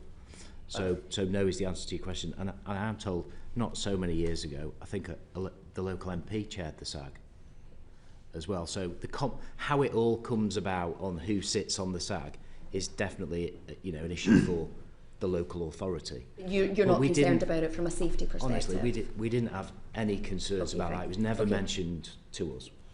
Can I just say a broader point in terms of safety advisory groups? First thing I'd say is, notwithstanding any issues in this, they were brought in post a number of disasters. The genesis of it was around the Ibrox disaster, and obviously we've had Heysel, Hillsborough, the Bradford fire. So there's a bit of an overlapping of different attempts that have improved it. But the bottom line on the current process is this is the longest ever period in British football without a disaster, where people have gone to a football match and died. So if there are tweaks required to the system, we need to be careful, because it's been very successful at keeping people safe. It is clearly locally focused, and on the base level, the aim of the SAG is to let people go to a game and do it in safety. So I think whatever thoughts come out of this, let's not throw the baby out with the bathwater, because we've been very successful at keeping people safe. I think there's probably a broader thing about consistency of SAGs, which you allude to. There is no consistent mandate for who goes apart from emergency services. SAG chairs have varying degrees of training, background and relevance for this. So there is a very diverse picture across the country about the efficacy of SAGs. That said, the process has worked very well at keeping people safe. The final point to make, obviously there's been national government commentary on this. I do think some thought needs to be given about how we give those broader concerns a voice at a SAG in an audited way. Because ultimately the SAG and the Chief Constable, if this has gone badly wrong in terms of public safety and people have been injured or hurt or died, then they're the people who are going to be held to account. So I think we need to look at a way of updating the system for consistency, but also to give appropriate people the voice, bearing in mind we've got Euro 28 coming up, where there'll be a lot of commentary. So it needs to be fed in a proper, documented, audited way that I think from the conversation we're having you'd probably agree with. So, we obviously, Baroness Casey did her report following Yes. the incidents at Wembley, and our sister committee, the DCMS committee, is looking at safety advisory groups now as well, but we as a committee will absolutely this is part of what we're looking at. Joe White wants to come in quickly, and then I'm going to Robin Moore. We're going off in diverting actually, but this is about the way that way that football is managed, because it's responsible for DCMS, responsible for the Home Office, and now you're talking about the FCO. Now, sorry, the FCDO are purely a CCS. conduit for us to get information. Okay, but in my view, and it may well become a recommendation that comes out of this our report, is how these issues are managed, because we're getting, the security and safety of sites of football grounds muddled up with fans and who attends, etc. And I think that there should be very entirely different decision making processes. It's probably a more in-depth conversation. The remit is safety. A subset of that is security. It's only relatively recently, that the Green Guide's been updated to specifically reference the need to consider crime and disorder and counter-terrorism as a subset of safety. So it's not perfect, but it's a really good system that's kept people safe. So I just think we need a considered approach to make sure it's actually even better. I'm conscious of time. Are you okay for another 5 or 10 minutes? Yeah, I mean, I was just going to say, we've also made recommendations, because the HMIC are doing a thematic around SAGs as well. And we've made recommendations based on our learning from this experience into that. So I'm sure that will help contribute, but I absolutely echo those comments. I'm glad that you agree that you need to improve your processes in terms of engaging with the Jewish community and how that affects the decisions that are made. I just point out that at the previous Home Affairs Select Committee, we were told that the Jewish community supported the ban, and that, along with very many other things that I was going to go through, but I won't because of time, contradicts what you previously said. So the Jewish community didn't support the ban because you hadn't sufficiently engaged with them. But anyway, I'll leave it there. Do you want to comment? I was just going to say, thank you, Chair. So it was never my intention to misrepresent the views of the Jewish community. I was personally quite gutted to leave the first session, to be contacted by the Chair and to understand that I had caused confusion or consternation. That was never my intention. I immediately apologised, which was then shared with the community. I will do whatever I can with our local commanders to continue to improve our working relationship with the Jewish community. And Mrs. Jacobs is someone that we regularly liaise with, and we are very grateful for the support that she's given us, and I know she's grateful for the support we've given her post some of those international events, and that's what I was saying before, we absolutely continue to do so. I don't know who Mrs. Jacobs is. Probably more. Just following on with community engagement, did you engage with mosques or Muslim representatives in advance of making a decision?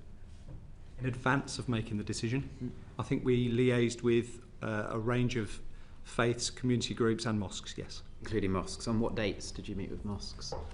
Or Muslim representatives? I've got a full list of community contacts. I can send that to you if you wish, in relation to every single date and time of every communication that took place. That'd be great. It is my understanding that West Midlands Police decided to consult with various mosques, as you've indicated, Engage, not consult, but yeah. Okay, including ones that had a previous documented history of anti-Semitism prior to the decision being made with Maccabi fans. Are you aware that those mosques had that? Not as far as I'm aware, no. No. And is it reasonable to check that those mosques would have had that level of accusation that had been made against them before engaging with them? What we have is that a vicinity or a community that has places of worship, charities, third sector organisations and key contacts, and we liaised with a lot of different people who I'm sure have a range of views, but it wasn't consultation, it was engagement, and there was no pressure in relation to our decision. It was made in relation to public safety. Just finally, just why was the threat level to local Jewish communities downgraded from medium initially and then didn't feature in the West Midlands Police final report, the reference to it being downgraded to medium? So I think that was in relation to the third SAG and the information provided by the Silver Commander. I'm not aware of why it was removed. My understanding is we were focusing in relation to the attendees, the protest groups, etc. Okay. It was downgraded, but then not necessarily included within the final report or reason. That was more of an oversight than anything else. Can I jump in there? Why was the threat to Maccabi fans was high on the 7th of October? We have all this evidence of armed vigilantes or the threat of that. Why was their threat to them downgraded to medium by the 24th of October? What happened to downgrade the threat to them? Yeah, so you're absolutely right. The reason it was high was because of the information intelligence that we had within the operation to suggest that there was a threat that could be posed towards the Maccabi fans when they arrived. By the time of the final SAG, Maccabi Tel Aviv had said they'd refused all away tickets, so we were expecting no away fans, so therefore the risk level had reduced. So it was because they were not coming. Correct. There was a medium threat to them still. Correct. Why was there no threat or low threat? Because there was potentially an opportunity for people to still attend. Why was the threat to the Muslim community raised from low to high? From low to high? Yeah, between the 7th of October and the 24th. I would imagine in relation to the information intelligence that was presented to the Silver Commander at the time. But the Maccabi fans weren't coming, so it was not from the Maccabi fans, presumably. I would assume not, but again, so I think post the decision being communicated, we had an uptick in right-wing protest.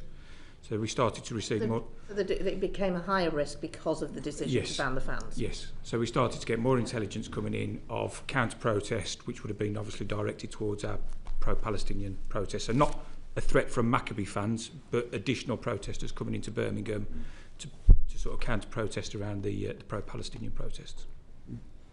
Bobby.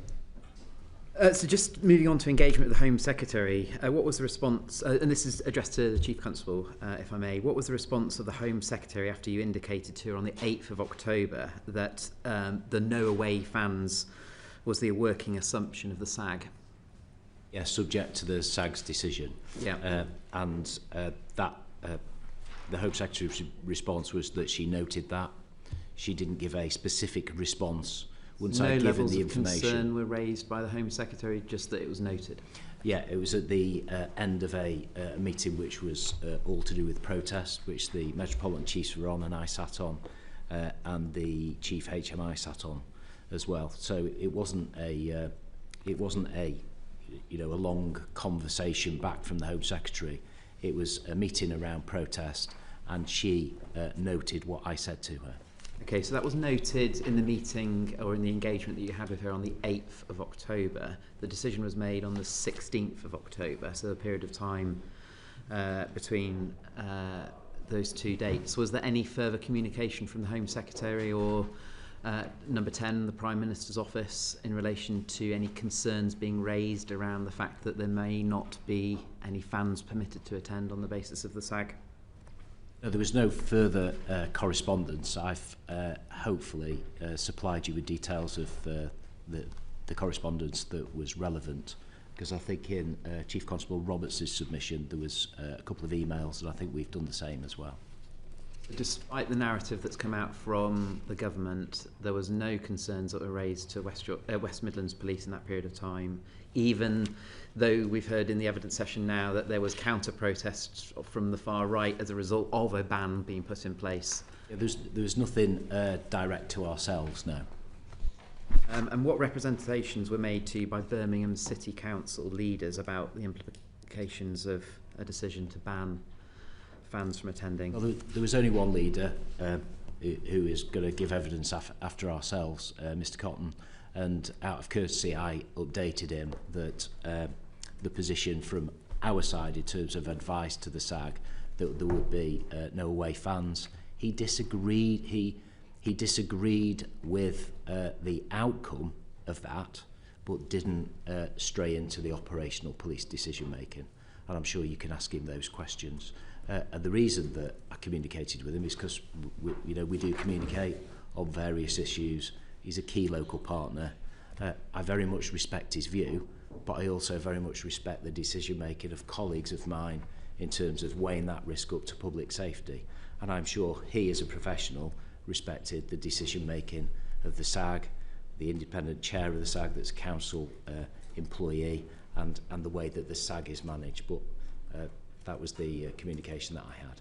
And given the level of public interest in this, the fact that this is your second time in front of the committee, did you anticipate any of the fallout that would then come from the decision that had been made by the SAG? And as part of that process with your discussions with the Home Office, did you seek any additional resource or any additional strategy that could deal with an inevitable outcome of allowing fans or a limited number of fans to still attend, with being able to mitigate any the peer review conclusion was the preferred option was to accept a small number of away fans?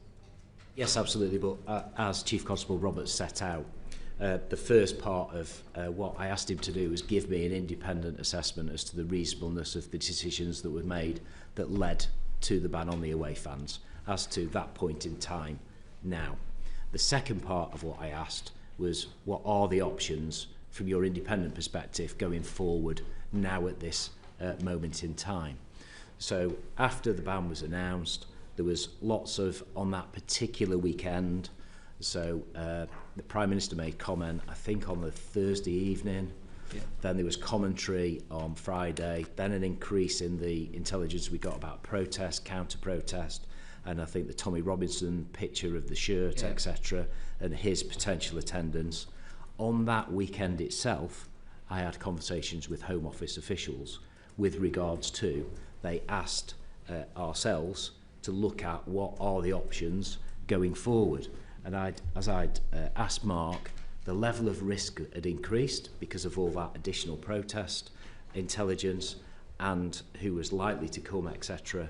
And at that point, over the weekend, I had a conversation with Home Office officials, as they previously said in their evidence, with regards to what additional resource would be required to try and facilitate a number of Maccabi fans to attend the fixture, with the intention of a new look at the risks as they posed themselves on the Monday morning when Mark undertook the peer review. So it was based upon what had happened on the weekend, so what had changed since the announcement, what had happened with the intelligence that we received over the weekend, a new look at the risk level, and what could we reasonably do. And those are the options that Mark set out. Did you at any point, as the Chief Constable, request additional resource to deal with the initial recommendation of allowing a limited number of fans being able to attend? No, to be clear, up until the point of the fans being banned from attending, I didn't request any additional resource from the Home Office, because that was within our gift to go to mutual aid and just sort out. But after that weekend, and when I did speak to the Home Office, obviously the risk had gone, as Mark says in his peer review. Just before the risk level changed, Yeah. so even though you had at your disposal to go to mutual aid, was that a consideration that you gave? Yeah, absolutely, yeah, we were going to mutual aid. And is that documented anywhere for us to be able to see that that was a within- consideration yeah, that it's you within actively the- gave? The reviewer referenced that there had been an Early doors. assessment of the number of PSUs that were required, which was above West Midlands capability, so they were, it is one of the big forces of the country, but they would see mutual aid. That was the 5,000 number. No, I think that was the Dutch figure that was referenced to. The reference here is that West Midlands had said, on any of the circumstances, they'd have to go to mutual aid to get sufficient officers for the operation. So yes, early doors is the answer to the question. But obviously we need more after a reassessment if we were to reconsider then a limited number of fans attending. Jenny Reid. My very final question. So overall then we have minutes that highlights that the decision was made in the absence of intelligence, that there is varying views, stats on what happened in Amsterdam, but the Dutch police have written to say that they don't recognise your version of the conversation. You told the Home Affairs Select Committee last time that that the Jewish community supported your decision, that 5,000, which wasn't true, 5,000 police had been deployed in Amsterdam, despite your own figures and the Dutch saying that it was 1,200, and that local Israeli fans had thrown locals into a river. And that you had not been subject to any political pressure, and it's now emerged that you met both the MP and other local activists. So my very quick question is, would you make the same decision again? Certainly, we're not an organisation that doesn't learn from things, and we treat each event on its own merits. And some of those things that you said, absolutely, in the cold light of day, looking in, do I regret the fact that that minute seems to have been recorded about a lack of intelligence? Because there wasn't a lack of intelligence. There was an abundance of intelligence. And I think that's unhelpful. I think that's misleading. And on behalf of the organisation, to the public, I apologise unreservedly about those types of matters. The 5,000 was our professional opinion.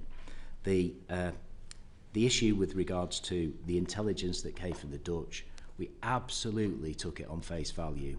The communication and the detail that was written was compelling. I can't speak for the Dutch. That would be wrong of me to do so. So on that side of things, do I think that the decision was reasonable in the circumstances? Yes. Could it have been a different decision, or would it be a different decision going forward? Possibly it could have been. But all these decisions depend on the facts and the intelligence that the commanders weigh up over a period of time. But those things that you've highlighted, as I've said quite clearly, those leave questions for me in some of that detail, particularly about the absence of the intelligence. And Mike corrected the record very quickly in terms of what was said to make it clear that we didn't mislead anybody. And we are very sorry if we gave any of that impression. And I'm also very much sorry, and I do regret the focus that this has placed on our local Jewish community in light of all the other events that have happened nationally and globally. And that's why we have absolutely redoubled our efforts to make sure that as soon as any of those events occurred, we are absolutely behind the community, and we are working with them closely and continue to do so. So each one on its own merits. Can I just make a point about the police numbers? Just from the update from the Mayor, and appreciate some confusion about this. But one of the reports from the Mayor says that there was more than 1,200 officers to keep any risks under control, including specialist units such as mobile, arrest, horse, reconnaissance, From midnight onwards, there was at least 500 officers on duty. This does not include the large number of police officers who worked overtime during the night. Their registration, etc., will take a while to come through.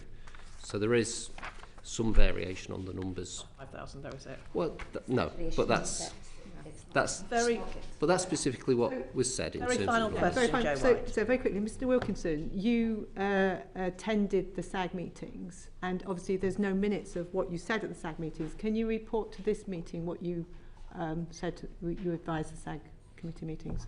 So the first SAG, the representation and the information and intelligence that was shared there was from the Silver Commander, who highlighted the numbers of layers of intelligence and information that we had, both local community tensions, protest, football, and obviously some additional sensitive intelligence. That was shared within the first SAG.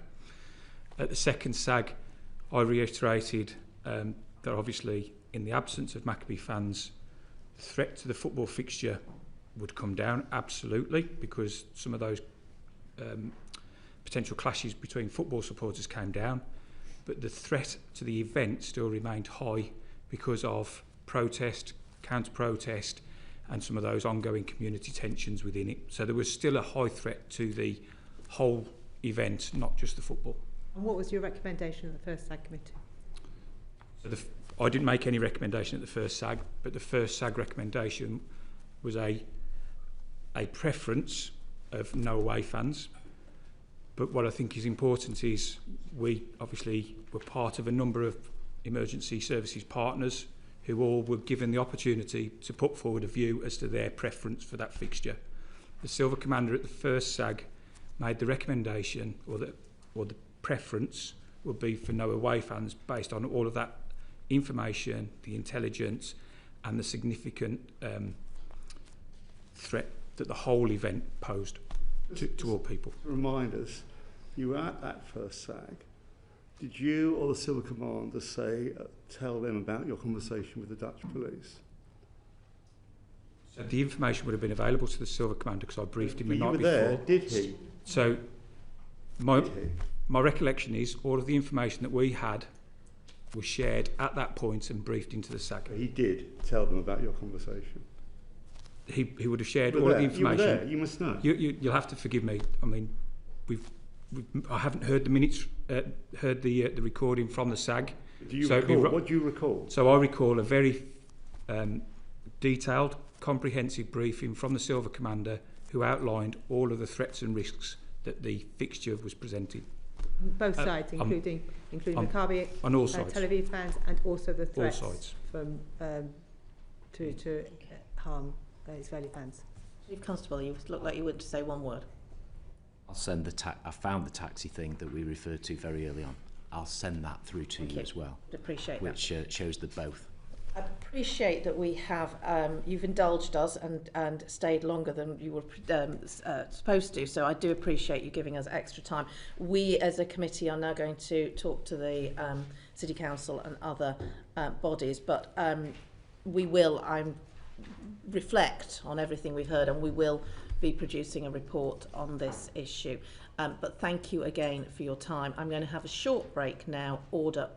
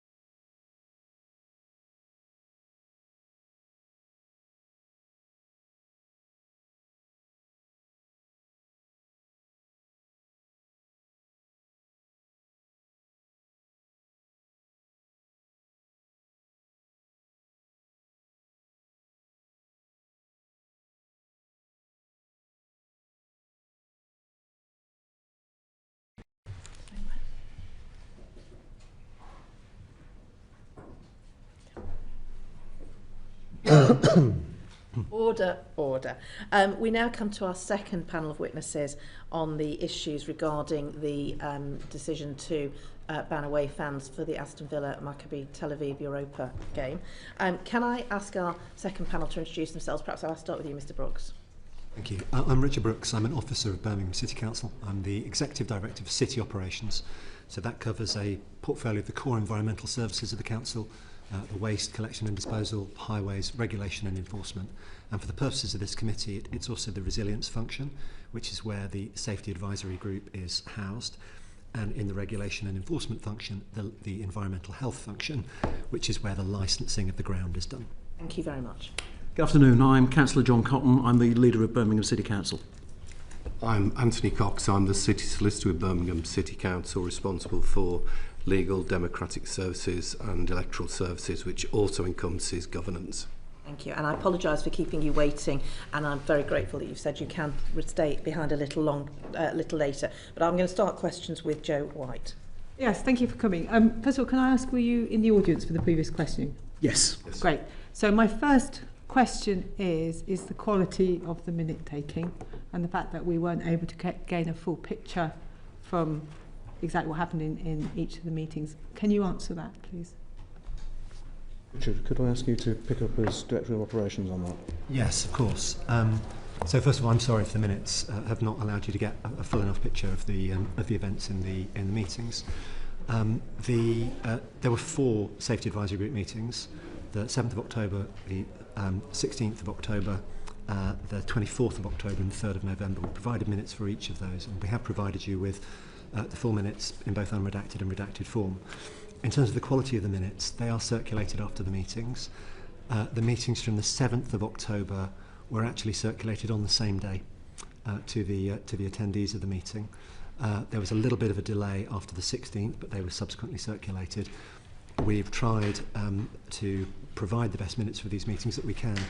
We're actually audited by the Sports Ground Safety Authority on the way that we administer the SAG, and they have previously recognised the quality of the way in which we manage these processes. But if the minutes are not adequate for these purposes, then all I can do is apologise. Could you send us we understand that they are filmed, and it'd be helpful for us to have a better picture if you could send us the films. We could certainly undertake to provide that to the committee. Okay, thank you. So we can have a context of who you are and what your responsibilities are. Could you set out the legal position of your council's responsibilities in relation to the attendance or non-attendance of away fans and how their safety is managed? If I may just say something by way of opening, and then I'll hand over to Tony and to Richard to pick up some of those details. Obviously, I did also share a written statement with members of the committee prior to this session, just to set out the context of the role of the Safety Advisory Group, my specific role as the leader of the council, and of course the timeline of events as I understand them. I also just want to make it clear I'm not a member of the Safety Advisory Group myself. I had no role to play in the deliberations of that group. That is a separate operational role. I've also been clear that I respect the operational independence of the advisory group and indeed of West Midlands Police. I wish the Safety Advisory Group had been able to take a different position to the one that it took. I've made that publicly clear, and I note the Chief Constable referred to that in terms of the interaction I had with him in the run-up to these events. I am absolutely clear that I want Birmingham to be a place where people can come and attend football matches freely without fear of harassment or discrimination. That absolutely remains my view, and I'm absolutely clear that we have to have a robust, independent Safety Advisory Group process.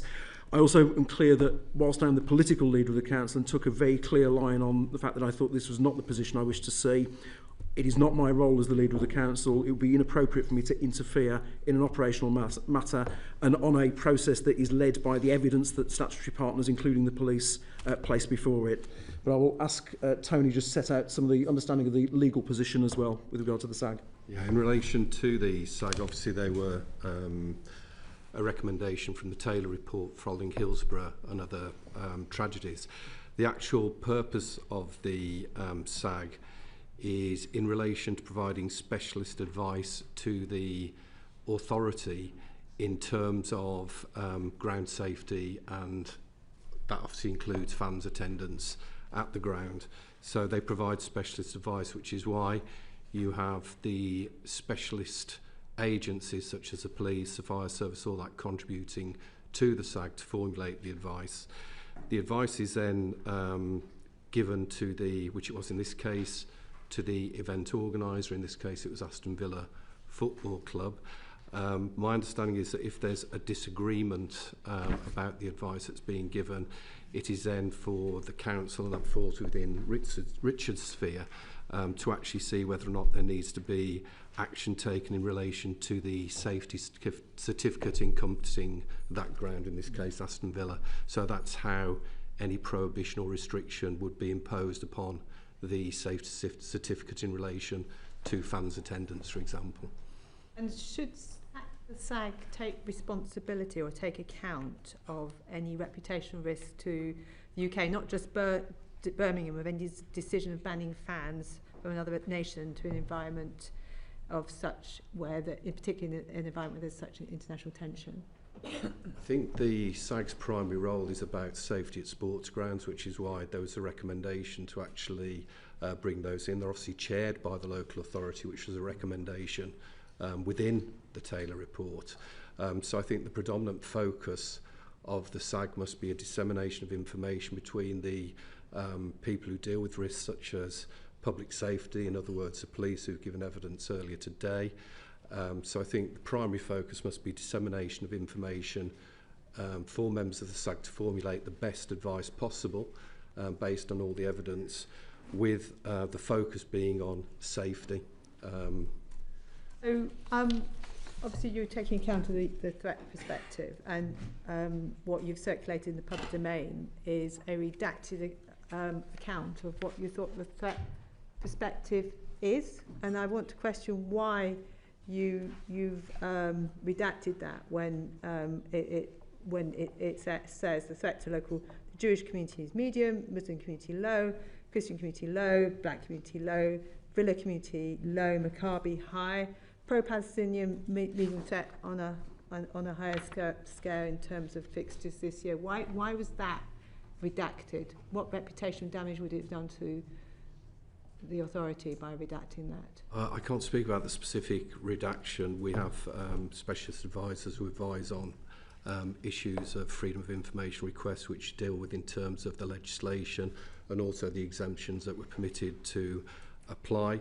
That was looked at in terms of the information in conjunction with the people responsible for holding that information. We also take representations from the people who provided the information to authorities such as partnering agencies such as the police, and then a decision will be made in relation to disclosure of that information.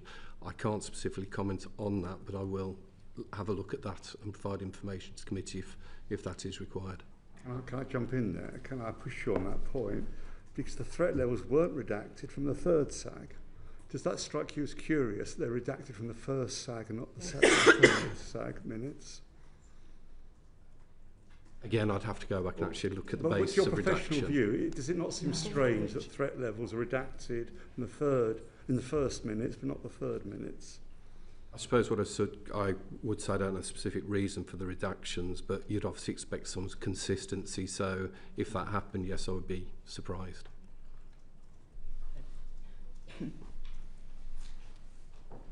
So I know, Mr. Cotton, Councillor Cotton, you've concerned about the reputational damage it's done to your city, and I'm sure you're concerned about the risk it now faces for people in the Jewish community and potential people who come to, Birmingham University has got the highest JSOC in the country.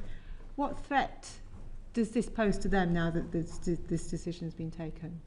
Well, you're absolutely correct that the reason why I made the statement I did in my response to the Chief Constable when he advised me that would be the proposal they were putting to the Safety Advisory Group, and the reason I made the public statement when these matters went into the public domain was exactly that. I'm very proud Brummie. I'm born and bred in Birmingham. I've lived my entire life there.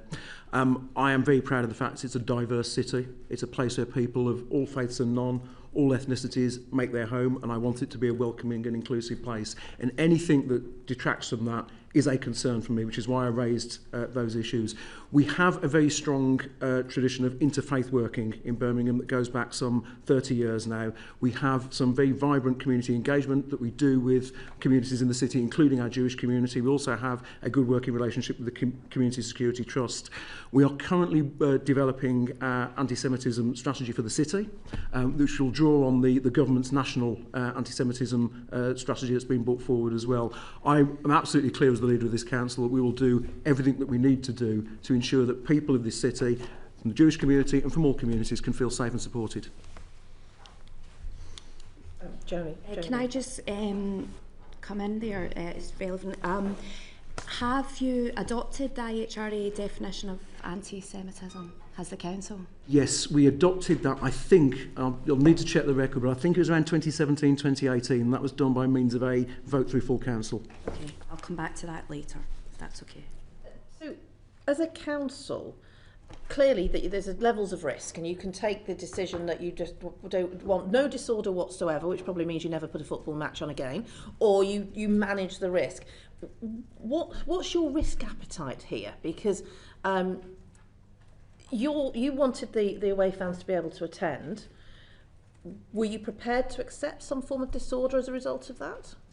My view on this was that I did not want a message being sent out about this city not being a welcoming and inclusive place, and I was very concerned that such a decision to ban away fans would absolutely communicate that position to the world, and that's not a message I want conveyed around Birmingham. I think when it comes to the specifics of safety and risk, that is absolutely rightly considered in the forum of a safety advisory group, and you want the professional expertise and perspective to inform that decision. It shouldn't be informed on sort of external political perspective. So my view of that would be it'd be very difficult for a safety advisory group to take a decision having received sort of clear assessment from the police and others around what they perceive the risk to be, and I don't believe that any council leader would be in a position where they would go against very serious advice that was coming forward in that forum. So I think there's an important balance to be struck there. Was it made clear to you that there were mitigations that could have been put in place, as Lord Mann had recommended? So I had asked, the timeline of events was that I received a message from the Chief Constable on the 8th of October advising that would be the advice that was given to the Safety Advisory Group. I responded, as has already been alluded to say I thought that was not going to send a positive message about Birmingham. However, I do respect operational independence of these matters. I then, on the 9th of October, asked to meet with officers supporting the Safety Advisory Group so I could assure myself of two things. One was that the processes were being correctly followed in terms of how the Safety Advisory Group operates, and also just to question how are we absolutely clear on the risk assessment that's been brought forward by the police and other partners. And that I think was an appropriate thing for me to do as leader. You were given the intelligence that was used to make the decision. Were you able to see any other forms of intelligence? I was given the high-level readout on what was being provided to the Safety Advisory Group. I was very clear that I shouldn't get into the minutiae or detail of the Safety Advisory Group meetings. I think they have to be led by the evidence based on the partners around the table. Were you aware that the peer review had recommended that the least worst solution would be away fans with a reduced allocation? That was not something I was aware of at that point, but I had asked. The reason I was asking questions is because I wanted to ensure that had all options been looked at. Yeah, of course, just saying you sought reassurance as part of the process that the procedure had been undertaken appropriately, but were you reassured? So I continued to ask questions on the back of that meeting, and indeed, as you'll have seen, there was then further correspondence between the council and the police through officer channels, and of course there was a further meeting of the Safety Advisory Group that took place. My principal concern here was that we were taking a decision that did not detract from the reputation of the city, and I fear that the reputation of the city has been affected by the manner this was handled. Sorry to just ask the question again. Were you reassured that the process had been followed? I was reassured the process with regard to the operation of the Safety Advisory Group had been absolutely followed. Obviously, I've followed with interest the proceedings this afternoon regarding some of the information that was provided to that Safety Advisory Group, and I'm sure that the committee will draw its conclusions on that in due course. And what about the interaction between central and local government? Because clearly one of the things that has been that the Baroness Casey review put forward, and something we will consider as a committee, is where central government should get involved and whether there was more of a role for central government. Do you have any views on that? I think certainly when you've got issues of national interest, and this clearly became an issue of national interest, there needs to be interaction between the local authorities and central government, but both need to inform each other over the handling of something it becomes about the UK's reputation as well as the city's reputation. So I'll be very interested to see what comes forward in terms of recommendations to yourself in that regard. Thank you. Cola. Thank you. I am very concerned about these redactions. There's only 2 substantive redactions in all the minutes. They're in the first SAG. The first one is with regard to one which has been said, mentioned threat to the local Jewish community. In the third set of minutes, the threat, as I've said, is not redacted, although the reference to the Jewish community is missing. There's also an inaccuracy that the first minutes say the threat to the Muslim community is low. Those are summarised in the third minutes as being medium, so they're inaccurate. The redaction is bizarre because the same thing has been redacted in one and not the other. The other substantive redaction is the one with regard to the police intelligence or lack of. There's in absence of intelligence based on conversations with peers and my professional judgment, there's no concerns with Villa fans, etc., etc. That's been redacted. Can you think of any legal reason why that should be redacted? The 2 bases for redaction was one, first involving individuals' personal data, which is probably obvious from the redactions. The second redactions was in relation to law enforcement issues after the police and national intelligence. So that's why my understanding is why the redactions were applied. Basically, a lack of intelligence. It's not simply to avoid political embarrassment. Not as far as I'm aware. I think it was done on the basis of the exemptions that, were felt to be rightly applicable. And can you come back to us on both those redactions Yes. and the inconsistency? Yeah. Okay, that's helpful, thank you. When you knew the Chief Constable, or when you knew that there was going to be a recommendation to ban the away fans, how strongly did you discuss this with the Chief Constable? How far did it get, this conversation? So I responded to a text message I received from the Chief Constable on the 8th of October to say that, as I set out earlier, that I thought this was a decision that would reflect badly on the city. I thought it was the wrong decision. However, I also emphasised in that message that I respected the operational independence of the police and of the Safety Advisory Group.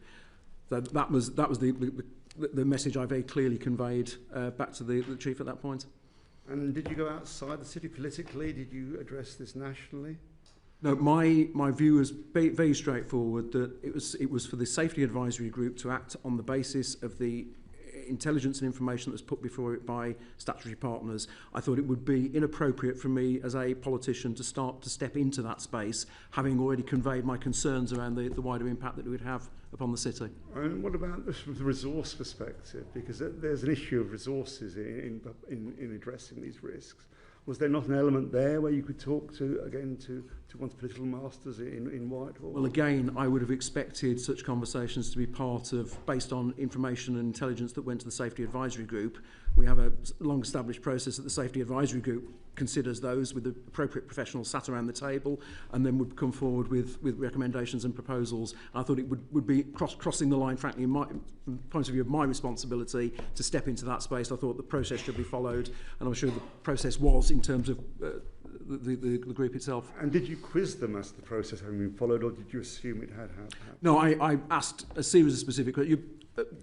Actually, when this process started, I must admit my knowledge of safety advisory groups and the whole process was somewhat limited. It was not something I'd come into contact with, so I had to learn a number of things. Yes, exactly.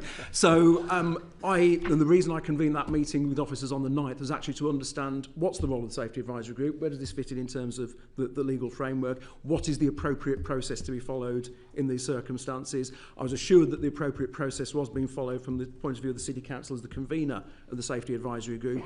Clearly that Safety Advisory Group can only act on the basis of the information that's placed in front of it, and that I think is probably the issue that we're teasing out here this afternoon. Thank you. Jenny Reid. Thank you. I asked earlier about whether your local authority had adopted the IHRA definition. You said yes, which is nice to hear. But I think you're right. I think that this incident has damaged the reputation of Birmingham as a whole, and it's allowed people to spread myths about Israelis being uniquely evil and unable to come here and behave properly in the UK. But do you think that it is appropriate for councillors who have predetermined views, anti-Semitic views, to sit on the SAG and be part of this decision-making process? And yeah, that's the first question. I suppose that there are two points that come out of that question. One is the role of elected members and whether they should indeed sit on safety advisory groups. Now, Birmingham's unusual but not unique in that respect, and we'll come back to that because I do have some views on that. The points around any member participating in a safety advisory group meeting, or indeed any other meeting, I would expect them to abide by the code of conduct, and I would expect them to abide by declaring any interests or issue that had arisen that would be seen potentially to prejudice their judgment. And I note that on the agenda for the safety advisory group, there was a point at which people were expected to disclose any prejudicial interest. I think that's absolutely right and proper. It wasn't in this case, was it? So my understanding is that the 24th of October, where a decision was taken, there were disclosures were made. One member recused themselves from the meeting on that basis. I know you're not. I know I'm not going to push this because I appreciate that that's not your that's not your responsibility. Yeah. However, what is your responsibility, in my understanding, and I've got a question for you in a minute, is that as your fellow councillors, firstly, if you'd adopted the IHRA, where they're making anti-Semitic statements and generalisations on Twitter and in public meetings, that is a problem. So what action do you think what action should be taken as a result of that? And then secondly, how did these councillors find themselves on this committee, and why was it felt that it was appropriate that someone with these views would be making a decision of this nature? So I would expect any member who participates in any meeting to declare interest appropriately, and I would expect them to abide by the Council Code of Conduct and indeed any commitments that we've collectively made as a council, including respect for the IHRA, which, as I say, we passed in 2017. We have a disciplinary and standards machinery that can deal with breaches of those nature, and I would expect, if there were those issues, that to be pursued through those mechanisms.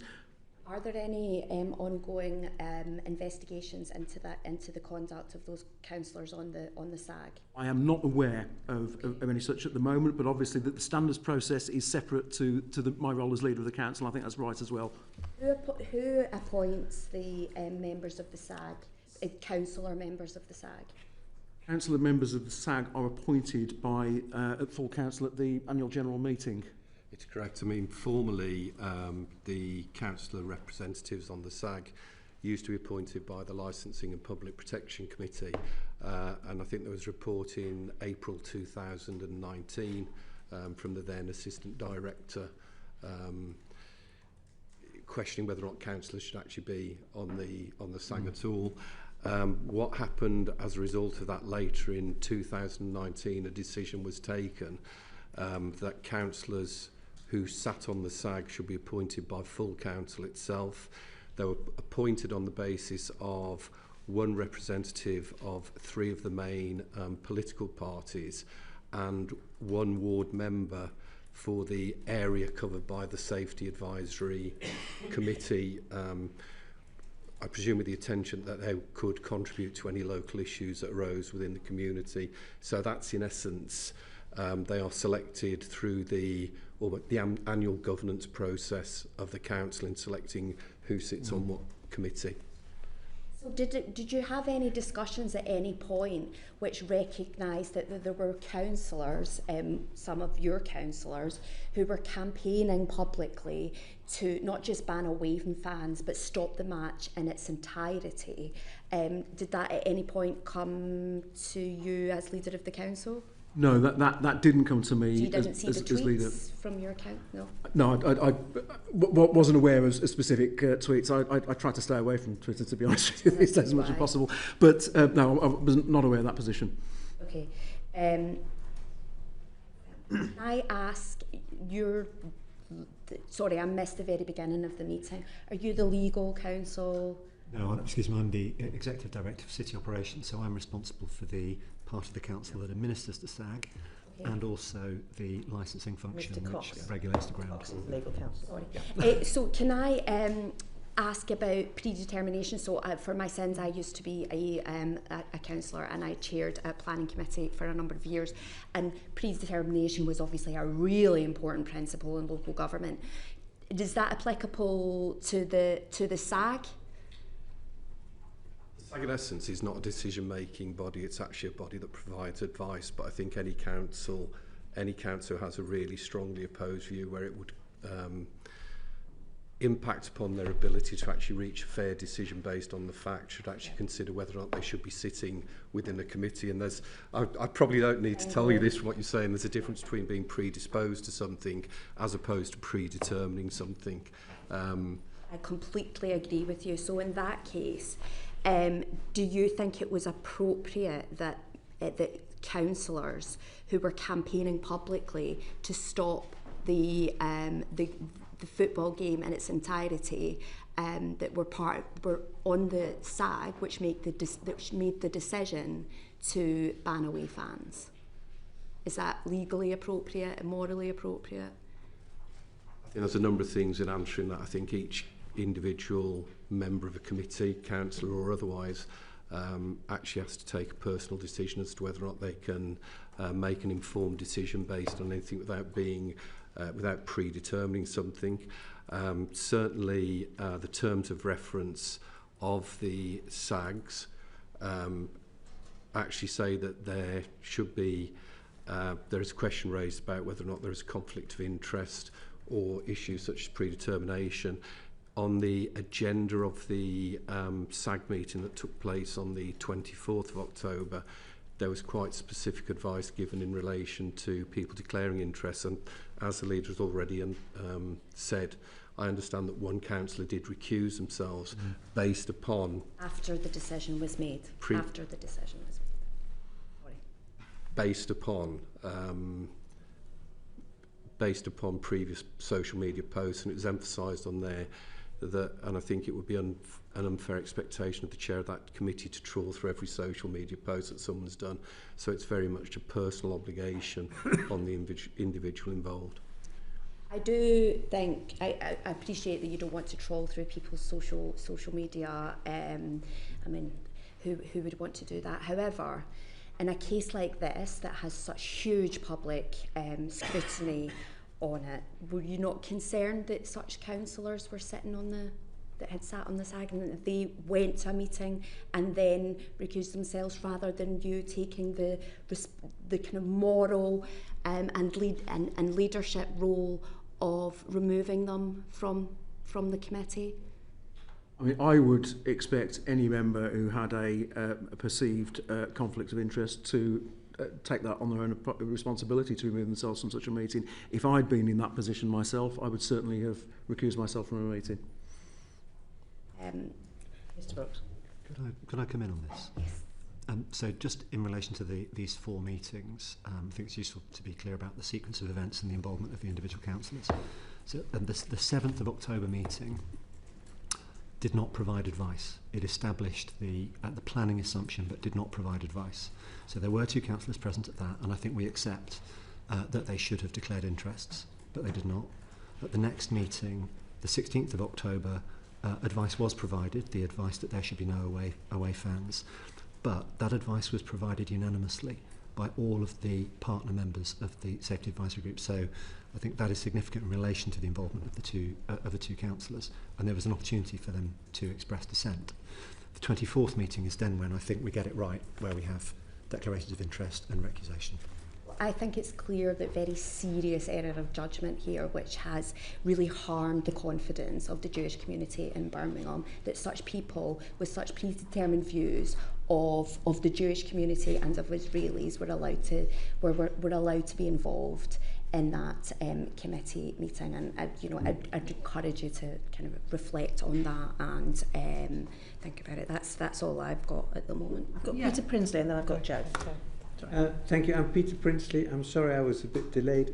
I was trying to get a Holocaust memorial debate agreed. I'm the MP for Bury St Edmunds and Stowmarket. So I've been listening to this, and I'd like to ask really a question similar to the question I asked the police officers before. So the thing is, the SAG, as everybody has said, it can act on the intelligence that it receives. But actually what it's doing, it's acting on its interpretation of the intelligence that it receives. And the question really is what is the risk of this being politically prejudiced? Because that appears to be a belief that is held by many. And so my question is, how could this be realistically refuted? If I were to say to you, my belief is that there was political prejudice on that safety advisory group on your council, and you, first of all, failed to notice it, and secondly, if you had noticed it, you didn't do anything about it. And this resulted in the advice to ban a match. And from what we've been hearing about all of this over more than one session now, is it seems that there was a great deal of confused information which is being fed into the SAG, but there is a suspicion also that there was a predetermination, and some of the information was therefore changed in order to fit with the predetermined decision. That is the belief, I believe, of many of the members of the Birmingham Jewish community, and it is that needs to be addressed. I mean, from my perspective, and I'll ask Mr. Brooks to pick up on some of the detail around the operation of the Safety Advisory Group in this context. From my perspective, and actually having listened to the earlier discussion here this afternoon, I think the Safety Advisory Group can only operate effectively in an atmosphere of candour and of confidence in the material that's placed before it. And that the judgment then has to be made on the basis of the material that's placed before it. But I think there is clearly some concern around the information that's placed before that group. I don't expect everybody around that Safety Advisory Group table to be subject matter experts or indeed try and second guess, particularly around police intelligence. But my overall reflection would be, unless you've got some candour and some confidence in what's placed before you, you then run into some difficulties. But Richard, I'd ask you to pick up perhaps some more operational detail on that. Well, I can only agree that the Safety Advisory Group relies upon the expert input of its members, in particular of their risk assessments. It does not make a fresh interpretation of the evidence. It's not competent to do so. Just as the SAG would not be, the Safety Advisory Group members would not be competent to investigate the building safety advice or the fire safety advice. In this case, public safety decision relied extremely heavily on the expert evidence provided by the police. Would you agree with me that these are a really poor set of minutes? Firstly, there's no data regarding the information coming from the police. Secondly, the only opinions that are recorded are that of councillors who are opposed to fans coming to Aston Villa and repeating concerns of the community who want it stopped. Quote. the fact that these councillors have already campaigning on in the public arena for the match not to have Maccabi fans in attendance, would you say that there's a breach in Nolan principles?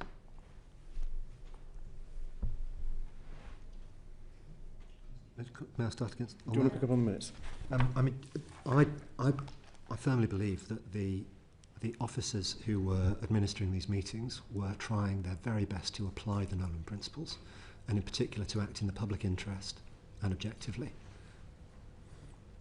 Now, the minutes are summary minutes of long meetings. These are 2-hour-long meetings with 30 plus participants.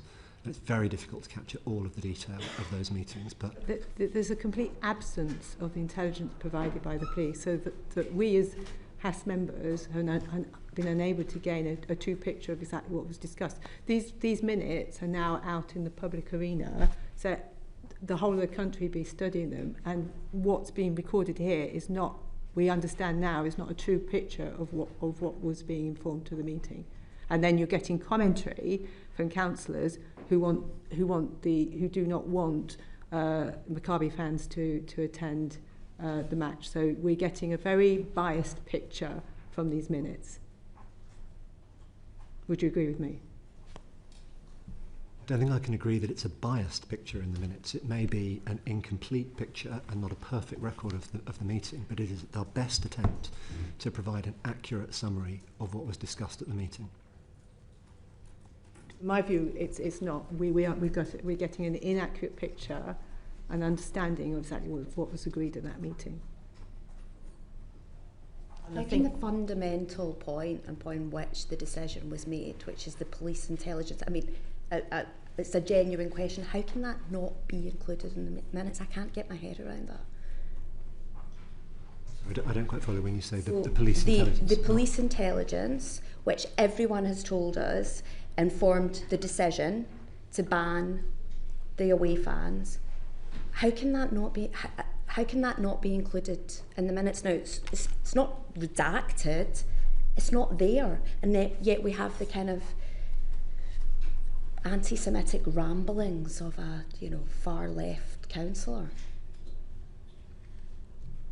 When you say the intelligence, do you mean the actual intelligence reports? For example, anything. So in advance of the 16th, as you've already discussed as a committee, we wrote as a council to West Midlands Police asking them to set out their reasoning for their risk assessment, which I think was a proper thing for us to do.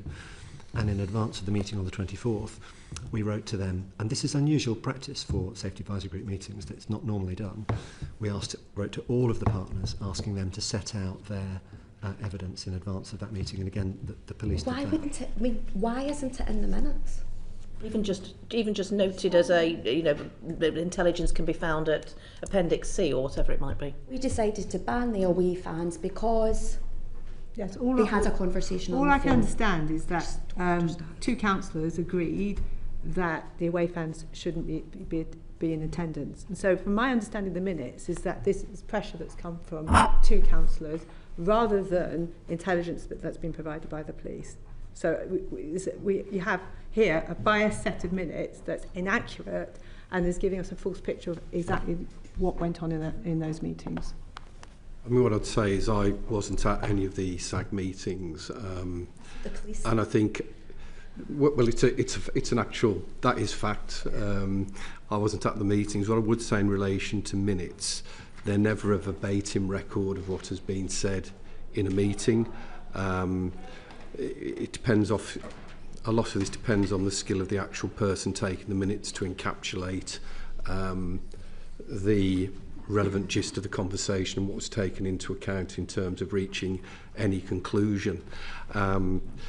Obviously, it's the same with council minutes for council meetings. We're obviously aided now by the fact that a lot of meetings, including this one, are actually televised and recorded, so there is an actual verbatim record. And as I understand what was said earlier, if there is a verbatim record of that meeting, it should be made available to the committee, because then you actually have the total record of the meeting. I'd be loath to say that minutes are biased in essence. It may depend on the actual person taking the minutes themselves. I think you can see the frustration we have, because on face value, reading those minutes, it doesn't correlate with other things that we've been told. I fully accept the frustration of the committee, which has come through in the previous evidence-giving session, and now this. As I say, a minute will never be a totally accurate record of a conversation, which is why I think actually if there is a verbatim record, it should be before the committee. That's what's really helpful. In defence of the minute taker, it does record the fact there was no intelligence, and maybe that is the answer. We will find out when we hear the minutes. Yeah. And I think, go back to the primary purpose here, which you, Councillor Cotton, have set out. The confidence of the Jewish community in Birmingham and the confidence of Jewish people to be in Birmingham, visit Birmingham and enjoy Birmingham is paramount here. And these minutes do not give that. I'm going to move on to Robbie Moore. Just to stick with the two councillors and following on from Joni Reid's question about conflicts of interest, predetermined decision-making, prejudged views. What's the disciplinary process associated when there's that level of concern that's clearly been made? Well, the disciplinary process would be, there's a number of methods, and as people will probably know in this committee, the issue of member conduct is being debated, as particularly in relation to the sanctions available in the standards regime in general, and I think the government have been making consultations. How at Birmingham City Council is the disciplinary process triggered? Well, I wouldn't class it as a disciplinary process. What I'd say is you have the councillor conduct and a standards regime. So you have the councillor code of conduct, which all councils have, their locally agreed codes of conduct, and then actual individual members are subject to that code, and if they fall short of the code, sanctions can be applied for any breach of the code. Has that been triggered in relation to these two councillors? It will only be triggered if there is a written complaint in relation to the specific conduct of members. Here we are, nationally, concerns being raised. Councillor Cotton, have you raised these concerns and triggered this process? I have not raised a concern with standards at this point. Because I've not been had placed in front of me a complaint of the nature. You're clearly here raising concerns. You've said yourself in this meeting that you've got concerns around the views that were expressed. You acknowledge that you haven't seen tweets, etc., but you've expressed views. Mr Brooks has also said and raised concerns, but yet this disciplinary process or actions against those two councillors has not been triggered. I don't understand why not, if you're really wanting to protect the reputation of Birmingham City Council. I would like to reflect, given what I've heard today at this committee and some of the issues that have emerged, on what the appropriate next steps would be. I don't want to prejudge any standards process, but I think it's important that I reflect on what I've heard from the committee here today. So just going on to community impact assessment issues, what was your assessment of the advice from the SAG on the level of risks to different communities in Birmingham and to the Maccabi Tel Aviv fans? And can you explain why the level of risk changed over the course of time in some cases? I'm not sure we can, because I don't think that's the process for the SAG.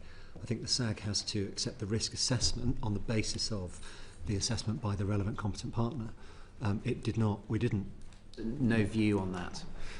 We had a view in the sense that we wanted to know how to respond to it appropriately, and one of the important purposes is to enable the whole range of partners